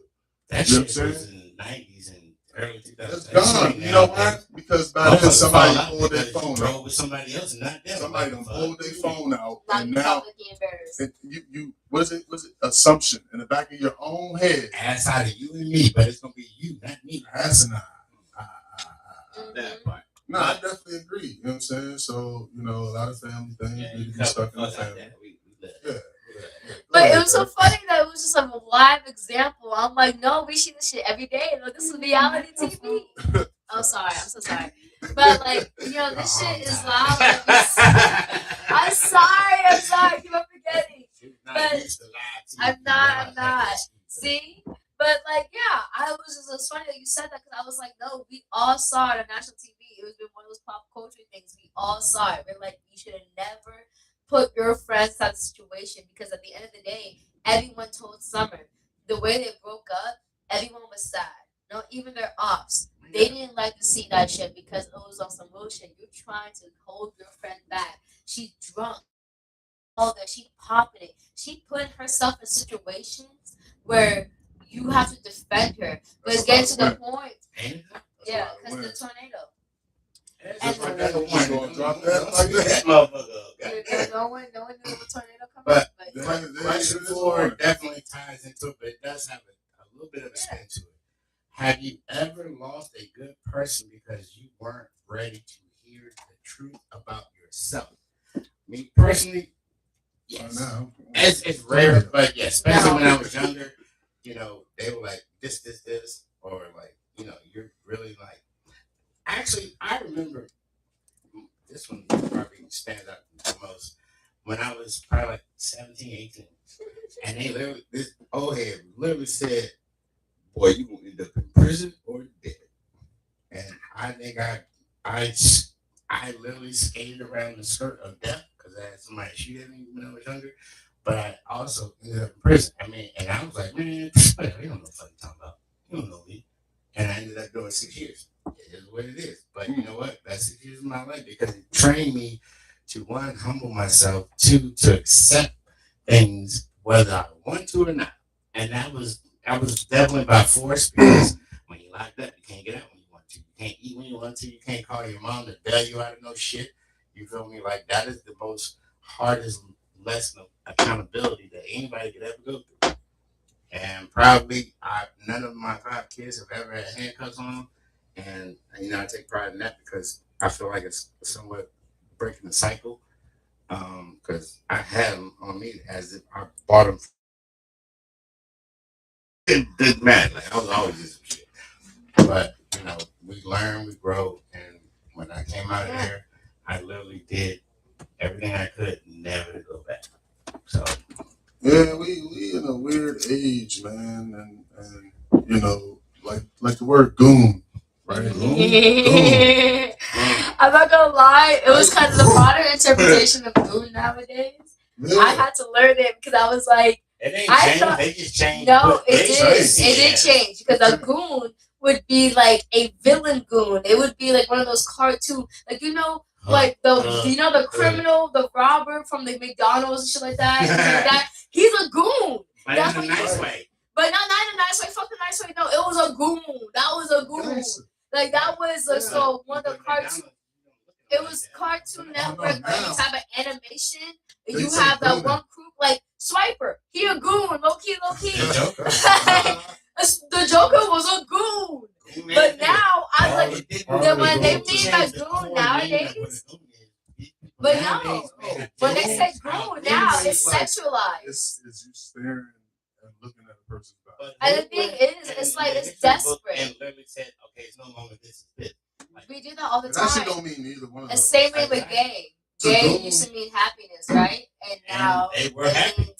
We're not gonna go too deep on that. I'm not trying to get banned. I know, but the thing is, like, ready? So the thing is, the English language changes all the time. Language evolves the same way humans do. Which means it has a multifaceted meaning. And the thing is, it all depends on the context, and that's why they teach context clues. Because, like, nowadays, people nowadays, they still, like, I feel like they're not teaching context clues as much, or it's not being emphasized. Because there's so many fucking things that I've seen where I'm like, bitch, why are you asking this question when it was answered? Like, do you not know how to think for yourself? Not like, bitch. No, truly, because some people grew up in an area, they don't watch the same movies we grew up on. And those really be the context clues. It's how we all grew up. And they can mention some meals. TV definitely trained me too. But the thing is, it's depending on the type of TV. They don't have the same type of TV anymore. Like, when I looked at, what's it called? So when I look at Disney Channel now, right? When you look at the actual network, we had every fucking sitcom had an episode about racial discrimination or about some type of discrimination. I learned that as a kid. I was like, yeah, that episode, That's So Raven, when she did not get hired because she was black. And I was like, this show came out in like early 2000s, 2005, 2003, was 2002. When I saw that shit, and I'm 5 years old, and so she has a black woman too. And it was her white best friend that she used as an agent, said, go in there and get that information for me type shit. Yeah. Right? And the fact is, it's like, because this is now, we're in 2026, and racism is still... It's always going to be here. It runs the world. It still runs the world. So the thing is, right, what's called, like, I always remember, that's the type of TV show I grew up on. Courage the Cowardly Dog. I'm not going to lie, there was one episode that I realized now as an adult, that was domestic violence. He literally, no, dead ass, and I tell you, it was actually domestic violence. And then dead ass, I was like, Courage got this woman, they got this bunny, her name was Bunny, got her away from this mad dog. Literally, his name was Mad Dog. He was an actual dog. He was an actual dog. Wildly Cowardly and Road Run, that was attempted murder. I mean, we could do that all day that long. He was chasing his ops every day.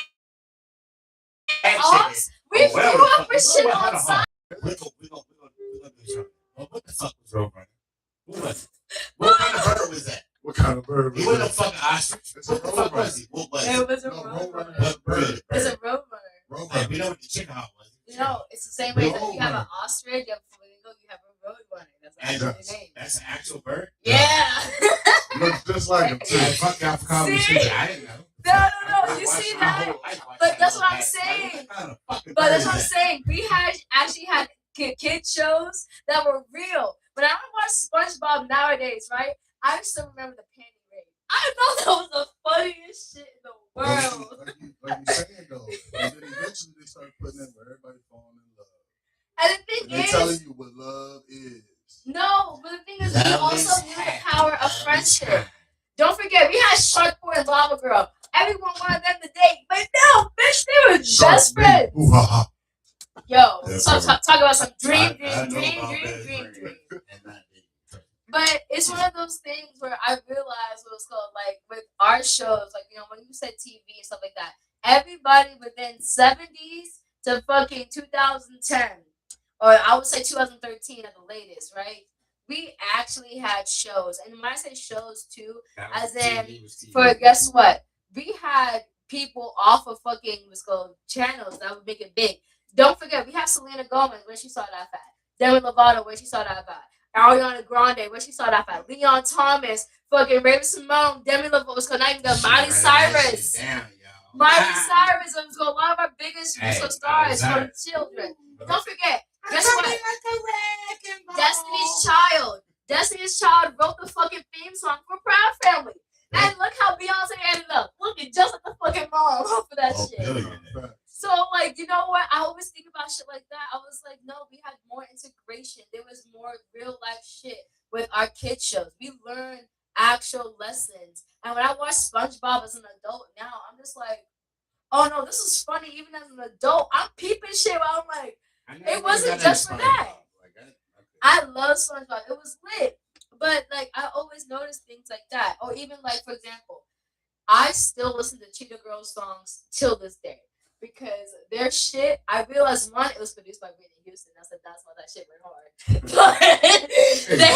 But she had them harmonies tight. When I tell you, No, they got this new joint called K-pop. K-pop, I always listen to K-pop. It's not even new. It's Korean pop I like music. Snap Crackle Pop. No, guess what? It's the same way for me being African, right? I always listen to Afro beats. Like my whole life, I grew up with African music because I'm African, right? So when K-pop came around, I said there's been Asian pop music for forever. I just found out about Asian Khmer was called, so right before the Khmer Rouge was called a genocide, right? So in Cambodia, they had 60s Cambodian rock, and if I play it to you right now, when I tell you that shit goes hard, then Asian people, they literally sat here and they combined everything. They took fucking rock and roll from America, straight Elvis type shit, straight 60s pop, all that, and then with sick ass guitar riffs, and then they added their own like little South Asian singing to it. And then the music they're singing, you know how Asian girls sing like, oh yeah, you know, with their music and shit.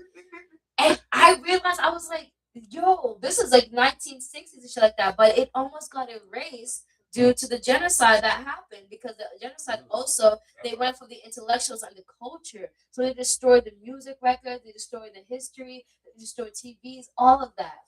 So it's not even just petty shit, it's just warfare. It's just human beings. Don't forget, with human beings, if you erase you from history, that's when you're actually gone. So at the end of the day, when no one but remembers you or remembers your name, that's when you actually disappear. So with that being said, right? Asian music, K-pop has always been around. This music has always been around. We're just more of a global community now. When Afrobeat started getting popular in America, I said, oh shit, wait, y'all listen to DeVito over here? Like, you guys listen to Wizkid? Y'all like Burna Boy over here? Y'all know about that shit? I didn't know, because I was like, African music was just for the Africans. And then for the K-pop, Well, everybody's music just for them until it's not. Exactly, especially reggaeton. Oh, people forget. No one fuck with reggaeton like that until after Shaggy sing here and they put him all to fucking reggae. Sean Paul said, let me introduce you to something else.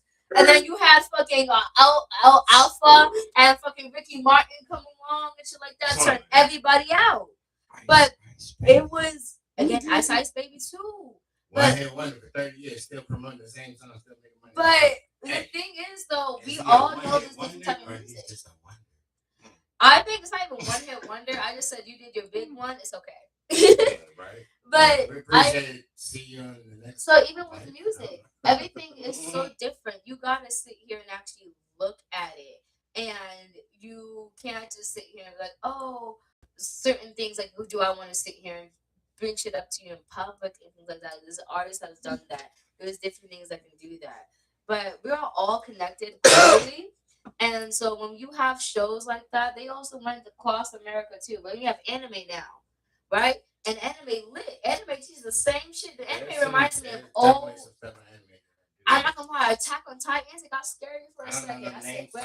Yeah, but most of these are teachings. Most of these songs and animes, they all come with a teaching. Have you ever literally because told somebody about themselves through music?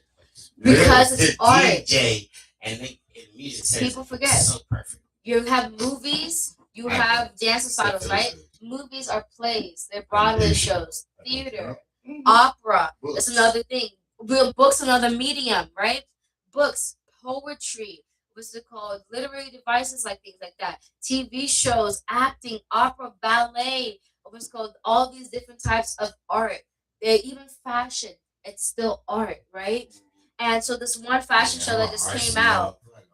So I hope I can like get this. I'll probably show you guys this one viral art show, right? And it went viral because they highlighted their whole thing, highlighted specifically the obsessive culture of the rich, like to the point where he had. Oh shit! I think my phone may have died. Damn.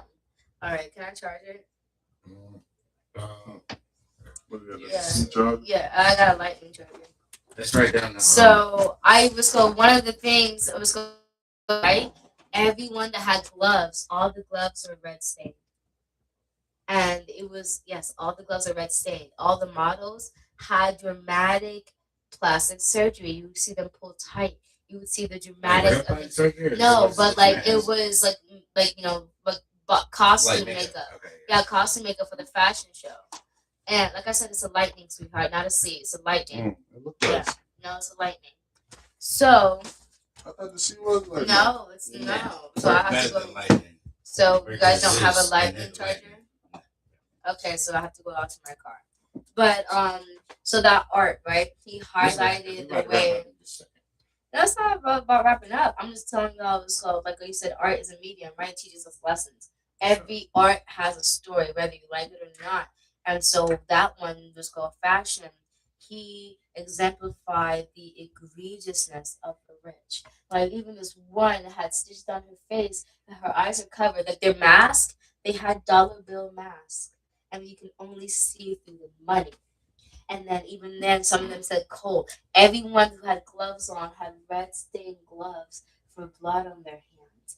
And all the couture, and you can see the stitches on their, like this one girl had stitches on her smile. Major plastic surgery, like that. And I was like, yes, it's the rich portraying their version of beauty, their standards, and how they have blood on their hands. And the way they were nonchalant about it, the way they walk, they pose, the message was so clear. And then it reminded everybody, even again, fashion is art. Even again with Sinners, right? Everyone knew it was called that one scene in the Sinners when they were playing was called the music, and they had all the evolutionary for music, and it went from not just 19, it was called Delta Blues. It really went to hip hop. They even had it was good certain and it was good voodoo, not voodoo, voodoo spirits from was called Ivory Coast. Was called one of the masquerades from Ivory Coast. They had an old Chinese dancer, and from different parts of one Chinese, the other one Cambodian, from different parts of where people emigrated to in America, and there was an evolution of it. It went from that to the hip hop, to the majorettes, to ballet, to all of that, and you can see it in the music. You can feel the spirituality. And don't forget, with Africans, or these people, people of color in the world, music and dancing ties us together. Art ties us together. When you have that whole scene. Man, let me tell you about this one Yeah. part. I think it's in Nevada. It's called Superstitious Mountain. And the way that the mountain is set up at a certain time of day when the sun's going down, the shadow projects a jaguar. That's art. It is art. That is godly art. But number 5 is also art. We want to get back on topic. Do people call it disrespect just to avoid changing the matter of accountability? Yep, they sure do. I think it's not just the only avoidance, deflecting. So now it's not on me, it's on you. Right. It's not my fault that I couldn't take accountability. Hold up, sorry. So I think that people do that to deflect and not reject. It's more of like now the accountability is on you and not me anymore. It's not that I did something wrong. Why did you react? So it's like, the same thing with abuses. It's like, oh, I hit you in the face. Why the hell are you mad and slap me back? And it's like, did you not expect a reaction? But isn't deflecting a form of rejecting? It's not. You deflect to get it off of you. Isn't that like rejecting it? It's all under the same umbrella. It's all under the same umbrella. I mean, but the deflection comes with never answering the question also.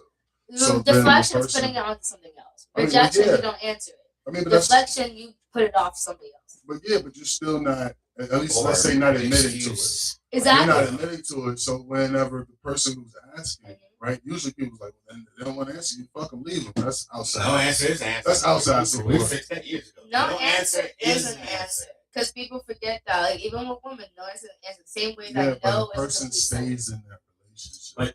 But that's on them. So remember Stockholm.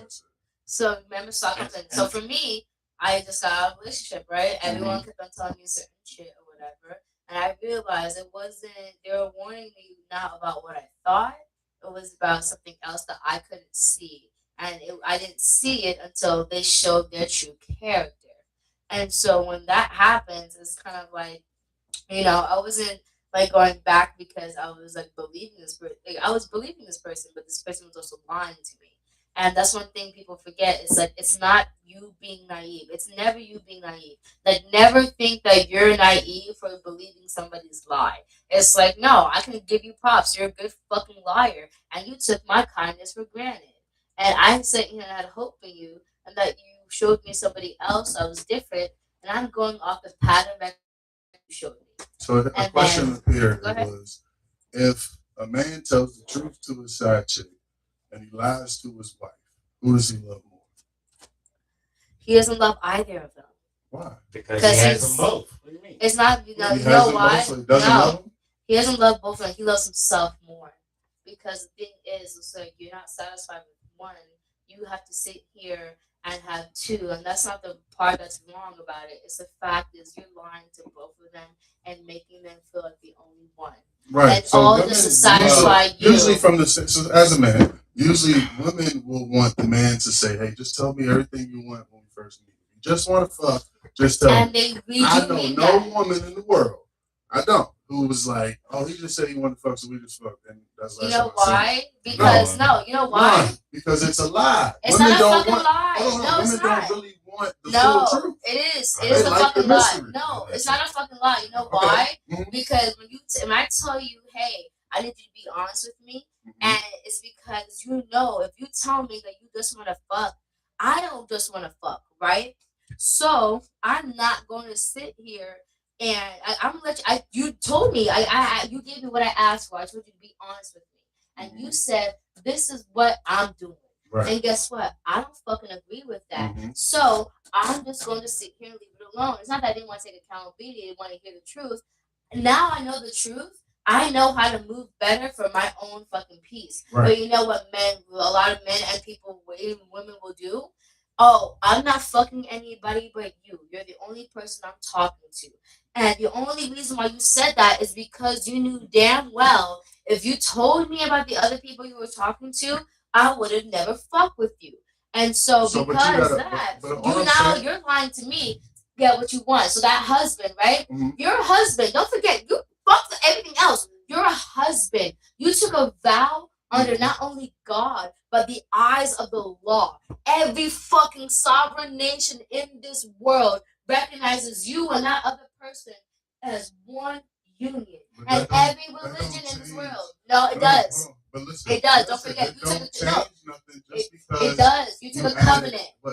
You took a covenant. You added any sovereignties. No, fuck all that. No, people forget that. No, fuck no. I'm being so serious. Let me get that part out. Listen, because you can say what you want, but you've already came here and said you fell in love with something that you didn't want. Now, really, check yourself and say, why did I fall in love with something I knew wasn't for me? It wasn't that it wasn't for me. It's that you didn't tell me what it was. I knew. No, I know. But the thing is, I shouldn't have to look for it. Why didn't you tell me when I first told you? And you know why? Because guess what? Like I just told you, right? If you told me that you were fucking with other people when I asked you if you're fucking with other people, and you said yes, I am. Yes, I would have backed away because that's not what I want. But spitting game. But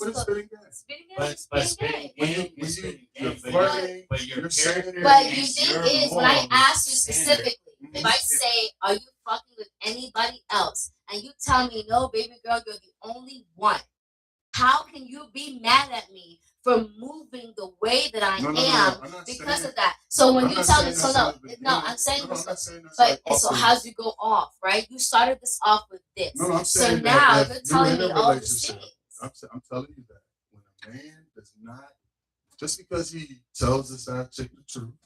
But why do you have a side chick in the first place? That's the fucking problem. Why do you have a side chick in the first place? If you didn't have to, don't sit here. No, do not. This is what the man doesn't want to encounter when he wants to tell the truth.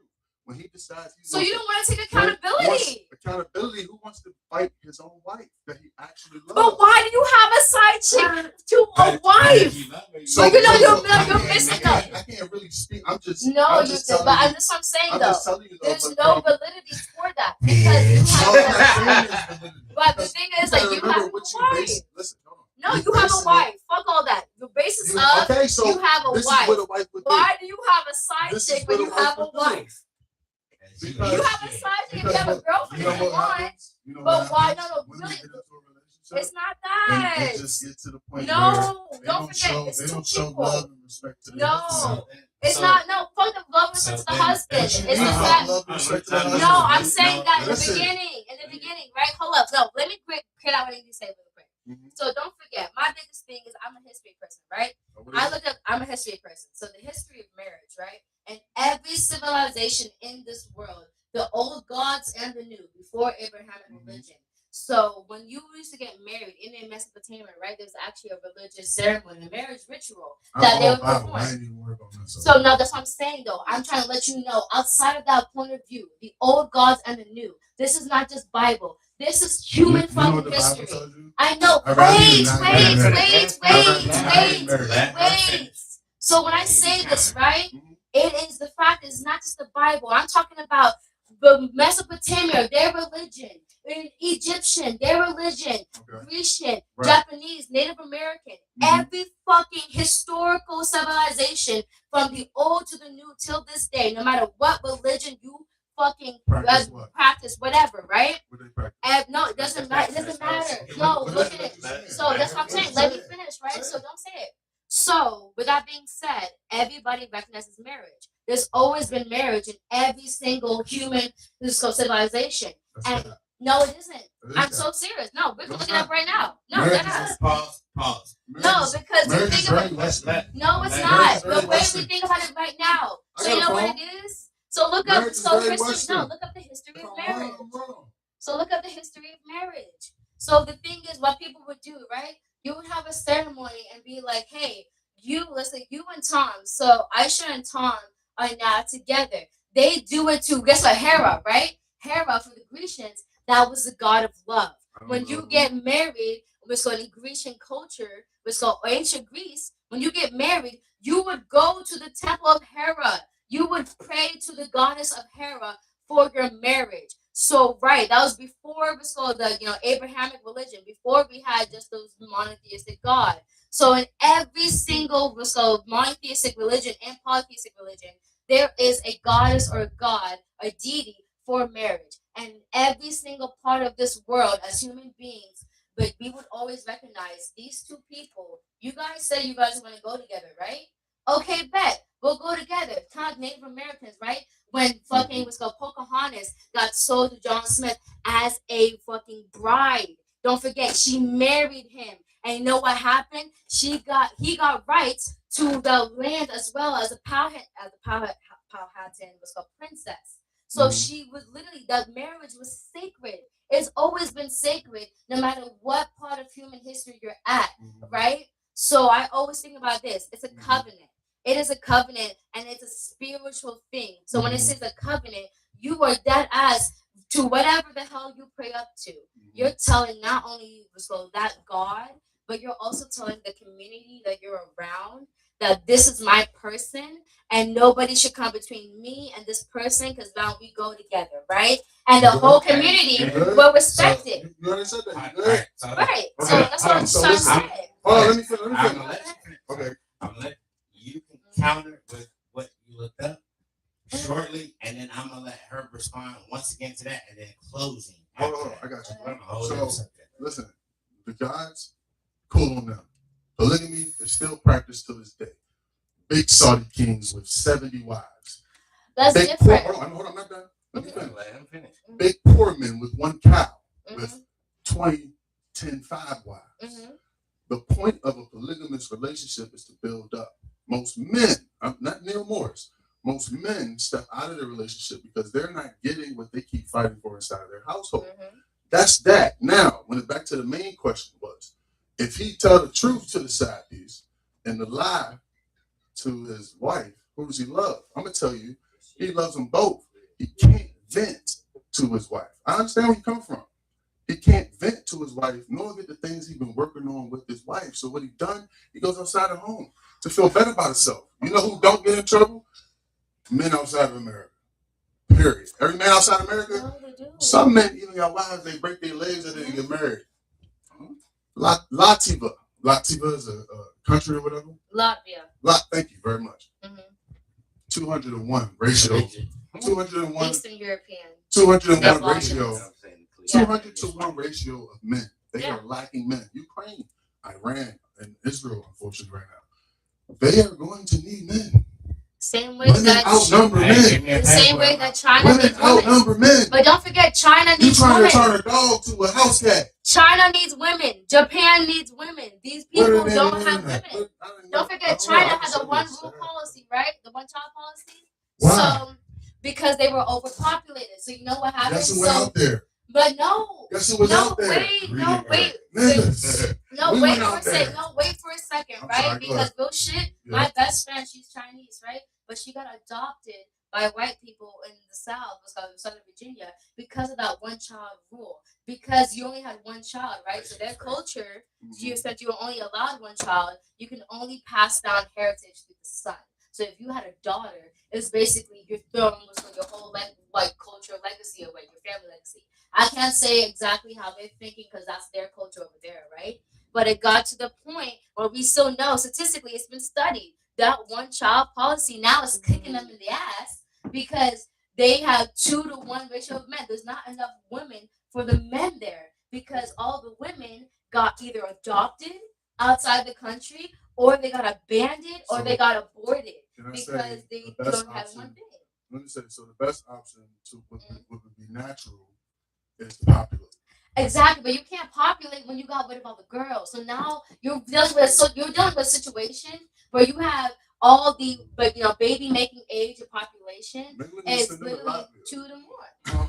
But because of politics at that point. But you know what's so funny when you brought up multiple wives? So my mom, technically I have 32 aunts and uncles because my mother is the number 16 of 32. My great grandfather had wives, right? It doesn't work. So the thing is, it does work. So guess what? I learned it because in Islam, right? When people say you can have multiple wives, people forget you have to have everything equal. In Islam, you can't be a broke nigga with multiple wives. That's haram. That's literally a sin. If you know damn well you're on $40,000 income, you can only afford one wife. And I'm sorry. Oh, I'm sorry. You get half a wife. But like, so like, when I say that, right? So for me, I'm also African. And again, my family is a minority Muslim. I'm also half Christian. But I know whoever marries me, my father's asking for a lot of run for wives. his fucking money. He's gonna ask for money. He's gonna better ask be for strong. land and things like that. So dowry. So the thing is, in Islam, you still pay dowry, right? So imagine I get married, shit like that. He paid my dowry, get my family land, and all that, right? He's like, I want to have a second wife. I said, all right, now I got to vet her. So in Islam, that first wife, she got to vet the second one. She's like, nah, if I don't like this bitch, she's not coming to that. And so if you do decide to marry her, right, you have a whole nother bridal price to pay. And then and sometimes we can be in the same house and we feel comfortable with it. But guess what? My grandfather had all 9 of his bitches was go around the country, all different households. And guess what? He said he said each one of them with their own business. So not even that. He got their own same family name, right? So same family name, but each wife running the business. So now she's feeding her kids, she's feeding everybody. I'm number 16. I'm like, don't say it out loud like that. But she's number 16, right? She's a daddy's girl. She loves her dad. And I was like, yo, for my grandfather that had 32 kids and all his kids know him, y'all ain't got no fucking excuse. But I mean, right? No real shit. Hey, look, I ain't gonna put too much drama on it, but we are in the Western world where the system here is not to uplift us. Because the thing is, it's not to lift us, but don't forget Mormonism, right? So Mormons, they had the polygamy shit too, but the way that they were doing it, the Amish was called. They are a little bit different with it. They are way more. They're more to Islam with it, right? But the thing was the way that the Mormons were trying to do it. I said now it's getting pedophilic. Now it's getting weird. Now it's getting like this is the devil in disguise. The devil disguise, wolf in sheep's clothing type shit, right? So like I always say this when people say on multiple wives, I'm like, yo, don't forget, if I'm the first wife, if I get a Birkin, she gets a Birkin too. If I get this, she gets that. And again, I also know the practice of it because I come from a family like that. But I'm like, where all of my aunts and uncles, they knew their father. So imagine someone who naturally should be in something like that, but don't know who they are. Because at that point, you're surrounded by people. You're not even surrounded by people. You're in a space where you're still denying yourself and you don't have an open space to even speak it out loud. Because the first thing is like you gotta say it out loud to yourself, right? When you say it out loud to yourself, it gets when you say that shit out loud, you're like, damn. It do sound crazy when I say that. I mean, your body responds. Right, because you can hear it. I'm gonna make an attempt to actually get my hostess card back because I've just been put in the corner. You've been nodding around. Brilliant minds have been going I had to poke it. I love it. No, because people don't poke me like that. The explosion. People don't poke me like that. I'm my own show. So I'm gonna take my power back and I'm gonna do the closing arguments right now. You feel me? You know what I'm saying? Like, so this is reflection time because at the end of the day, accountability is what I strive and I literally propel myself in being accountable. If I'm called out, I'm gonna own 100%. If you come wrong, I'm literally going to make you look stupid.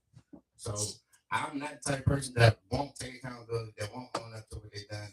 Humbling myself is one of my superpowers because if I'm gonna first be like, even if I'm not wrong, being humble and wronging myself is for the greater good of what a more peaceful, less toxic path. And I don't mind doing that. Some people are like, man, I ain't humbling myself. Well, then you gonna keep going through what the fuck you keep going through. So can we can we what? Can we do self-reflection, not anything outside of that? Okay. And a moment where accountability, where one, you said you figured out when you learned it. How did you master it? Because you have never been one person to not take it, and as well as you. How did Ladies I first. master it? How did you master it and the benefits that come from it? It was one thing because I used to have like bad like anger issues, and when I say anger issues, is in like anytime I would explode, as in I already know my voice is loud, right? I have strong vocal cords, as in like if I get into an issue, the whole neighborhood know our shit. I promise you right now, every wall, no matter if it's concrete or not, it would be thin paper, right? And I would explode off until one time I realized like I was screaming at my ex for an hour.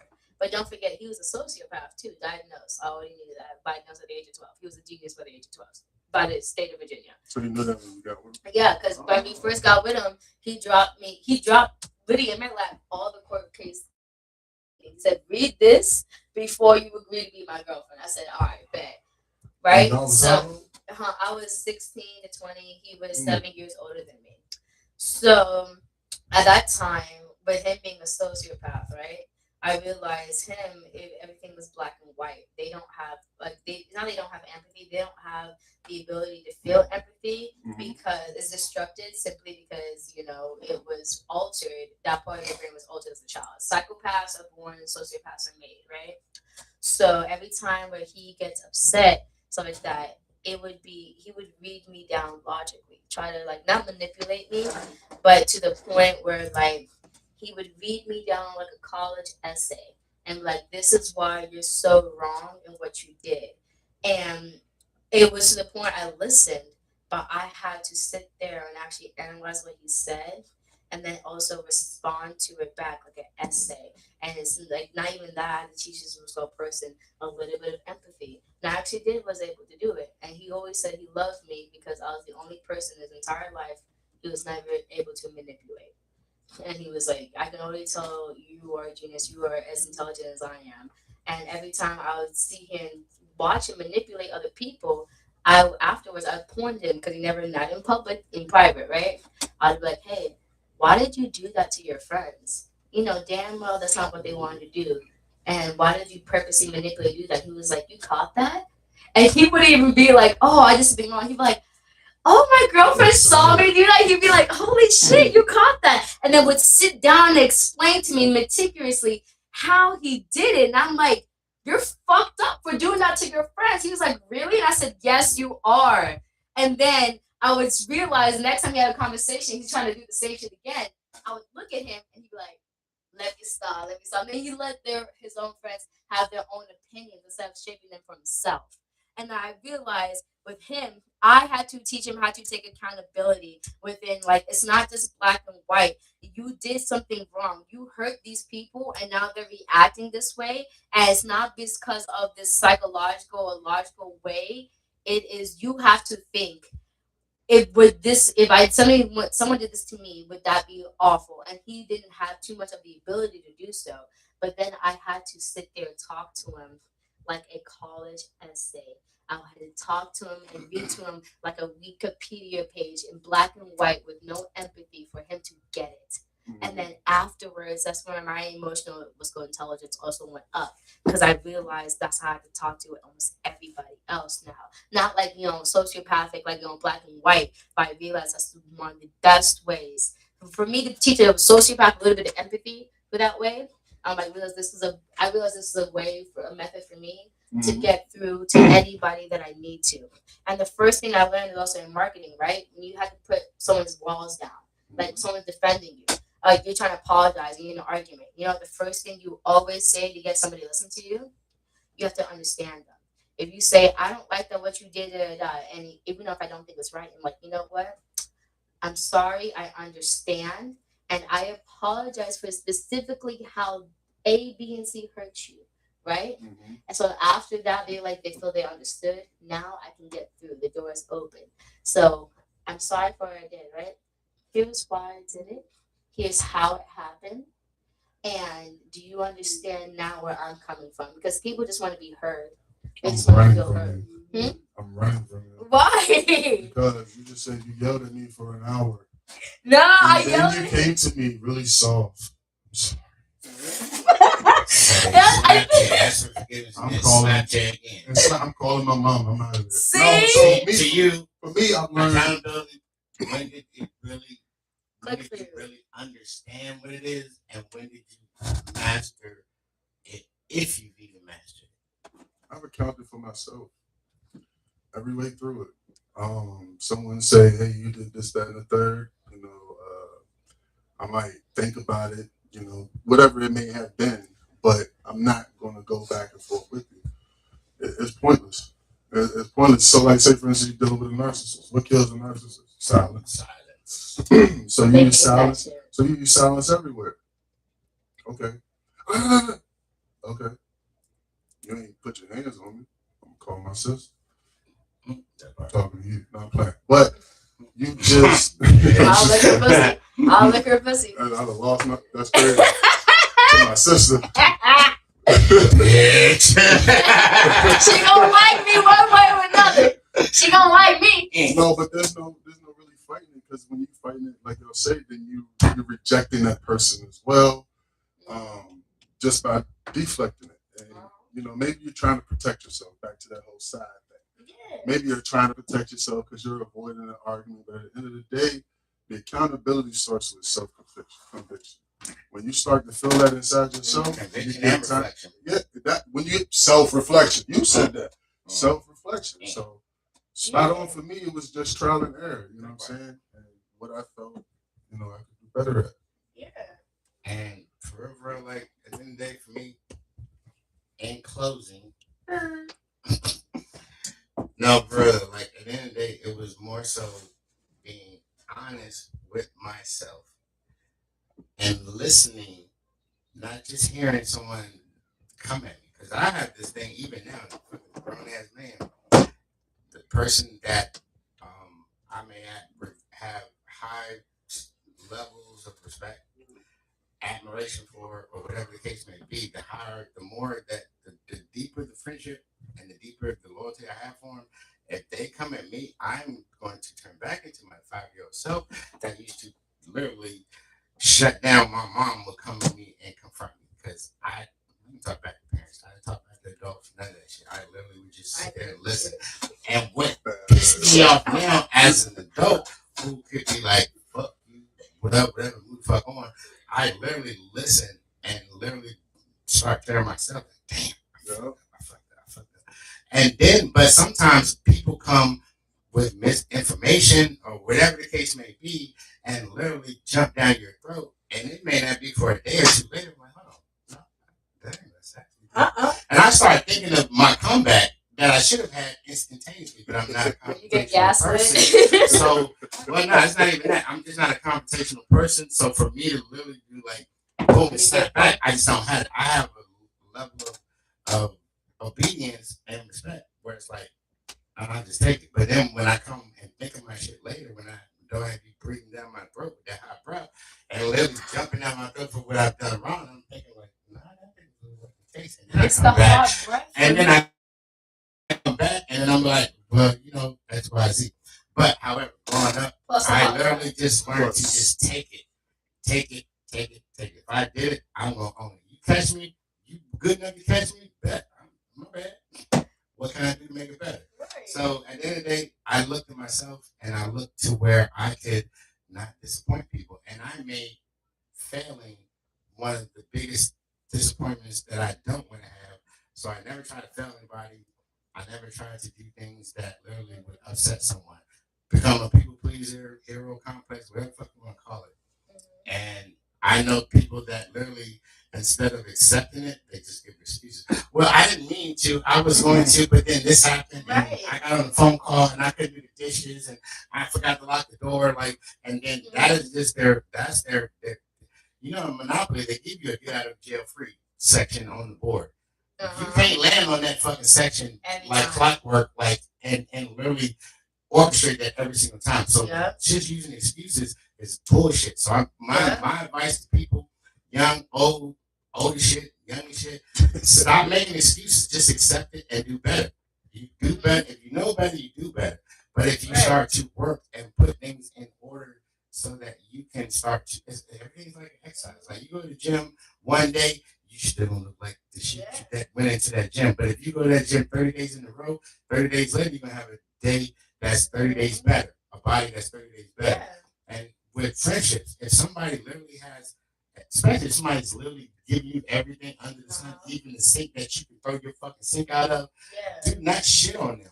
If they say something, their shit is law. Because until you can provide for yourself and buy your own clothes, buy your own car, take you places where you need to go, nigga, that's dad, that's mom, that's big bro, that's whoever the fuck is taking care of you.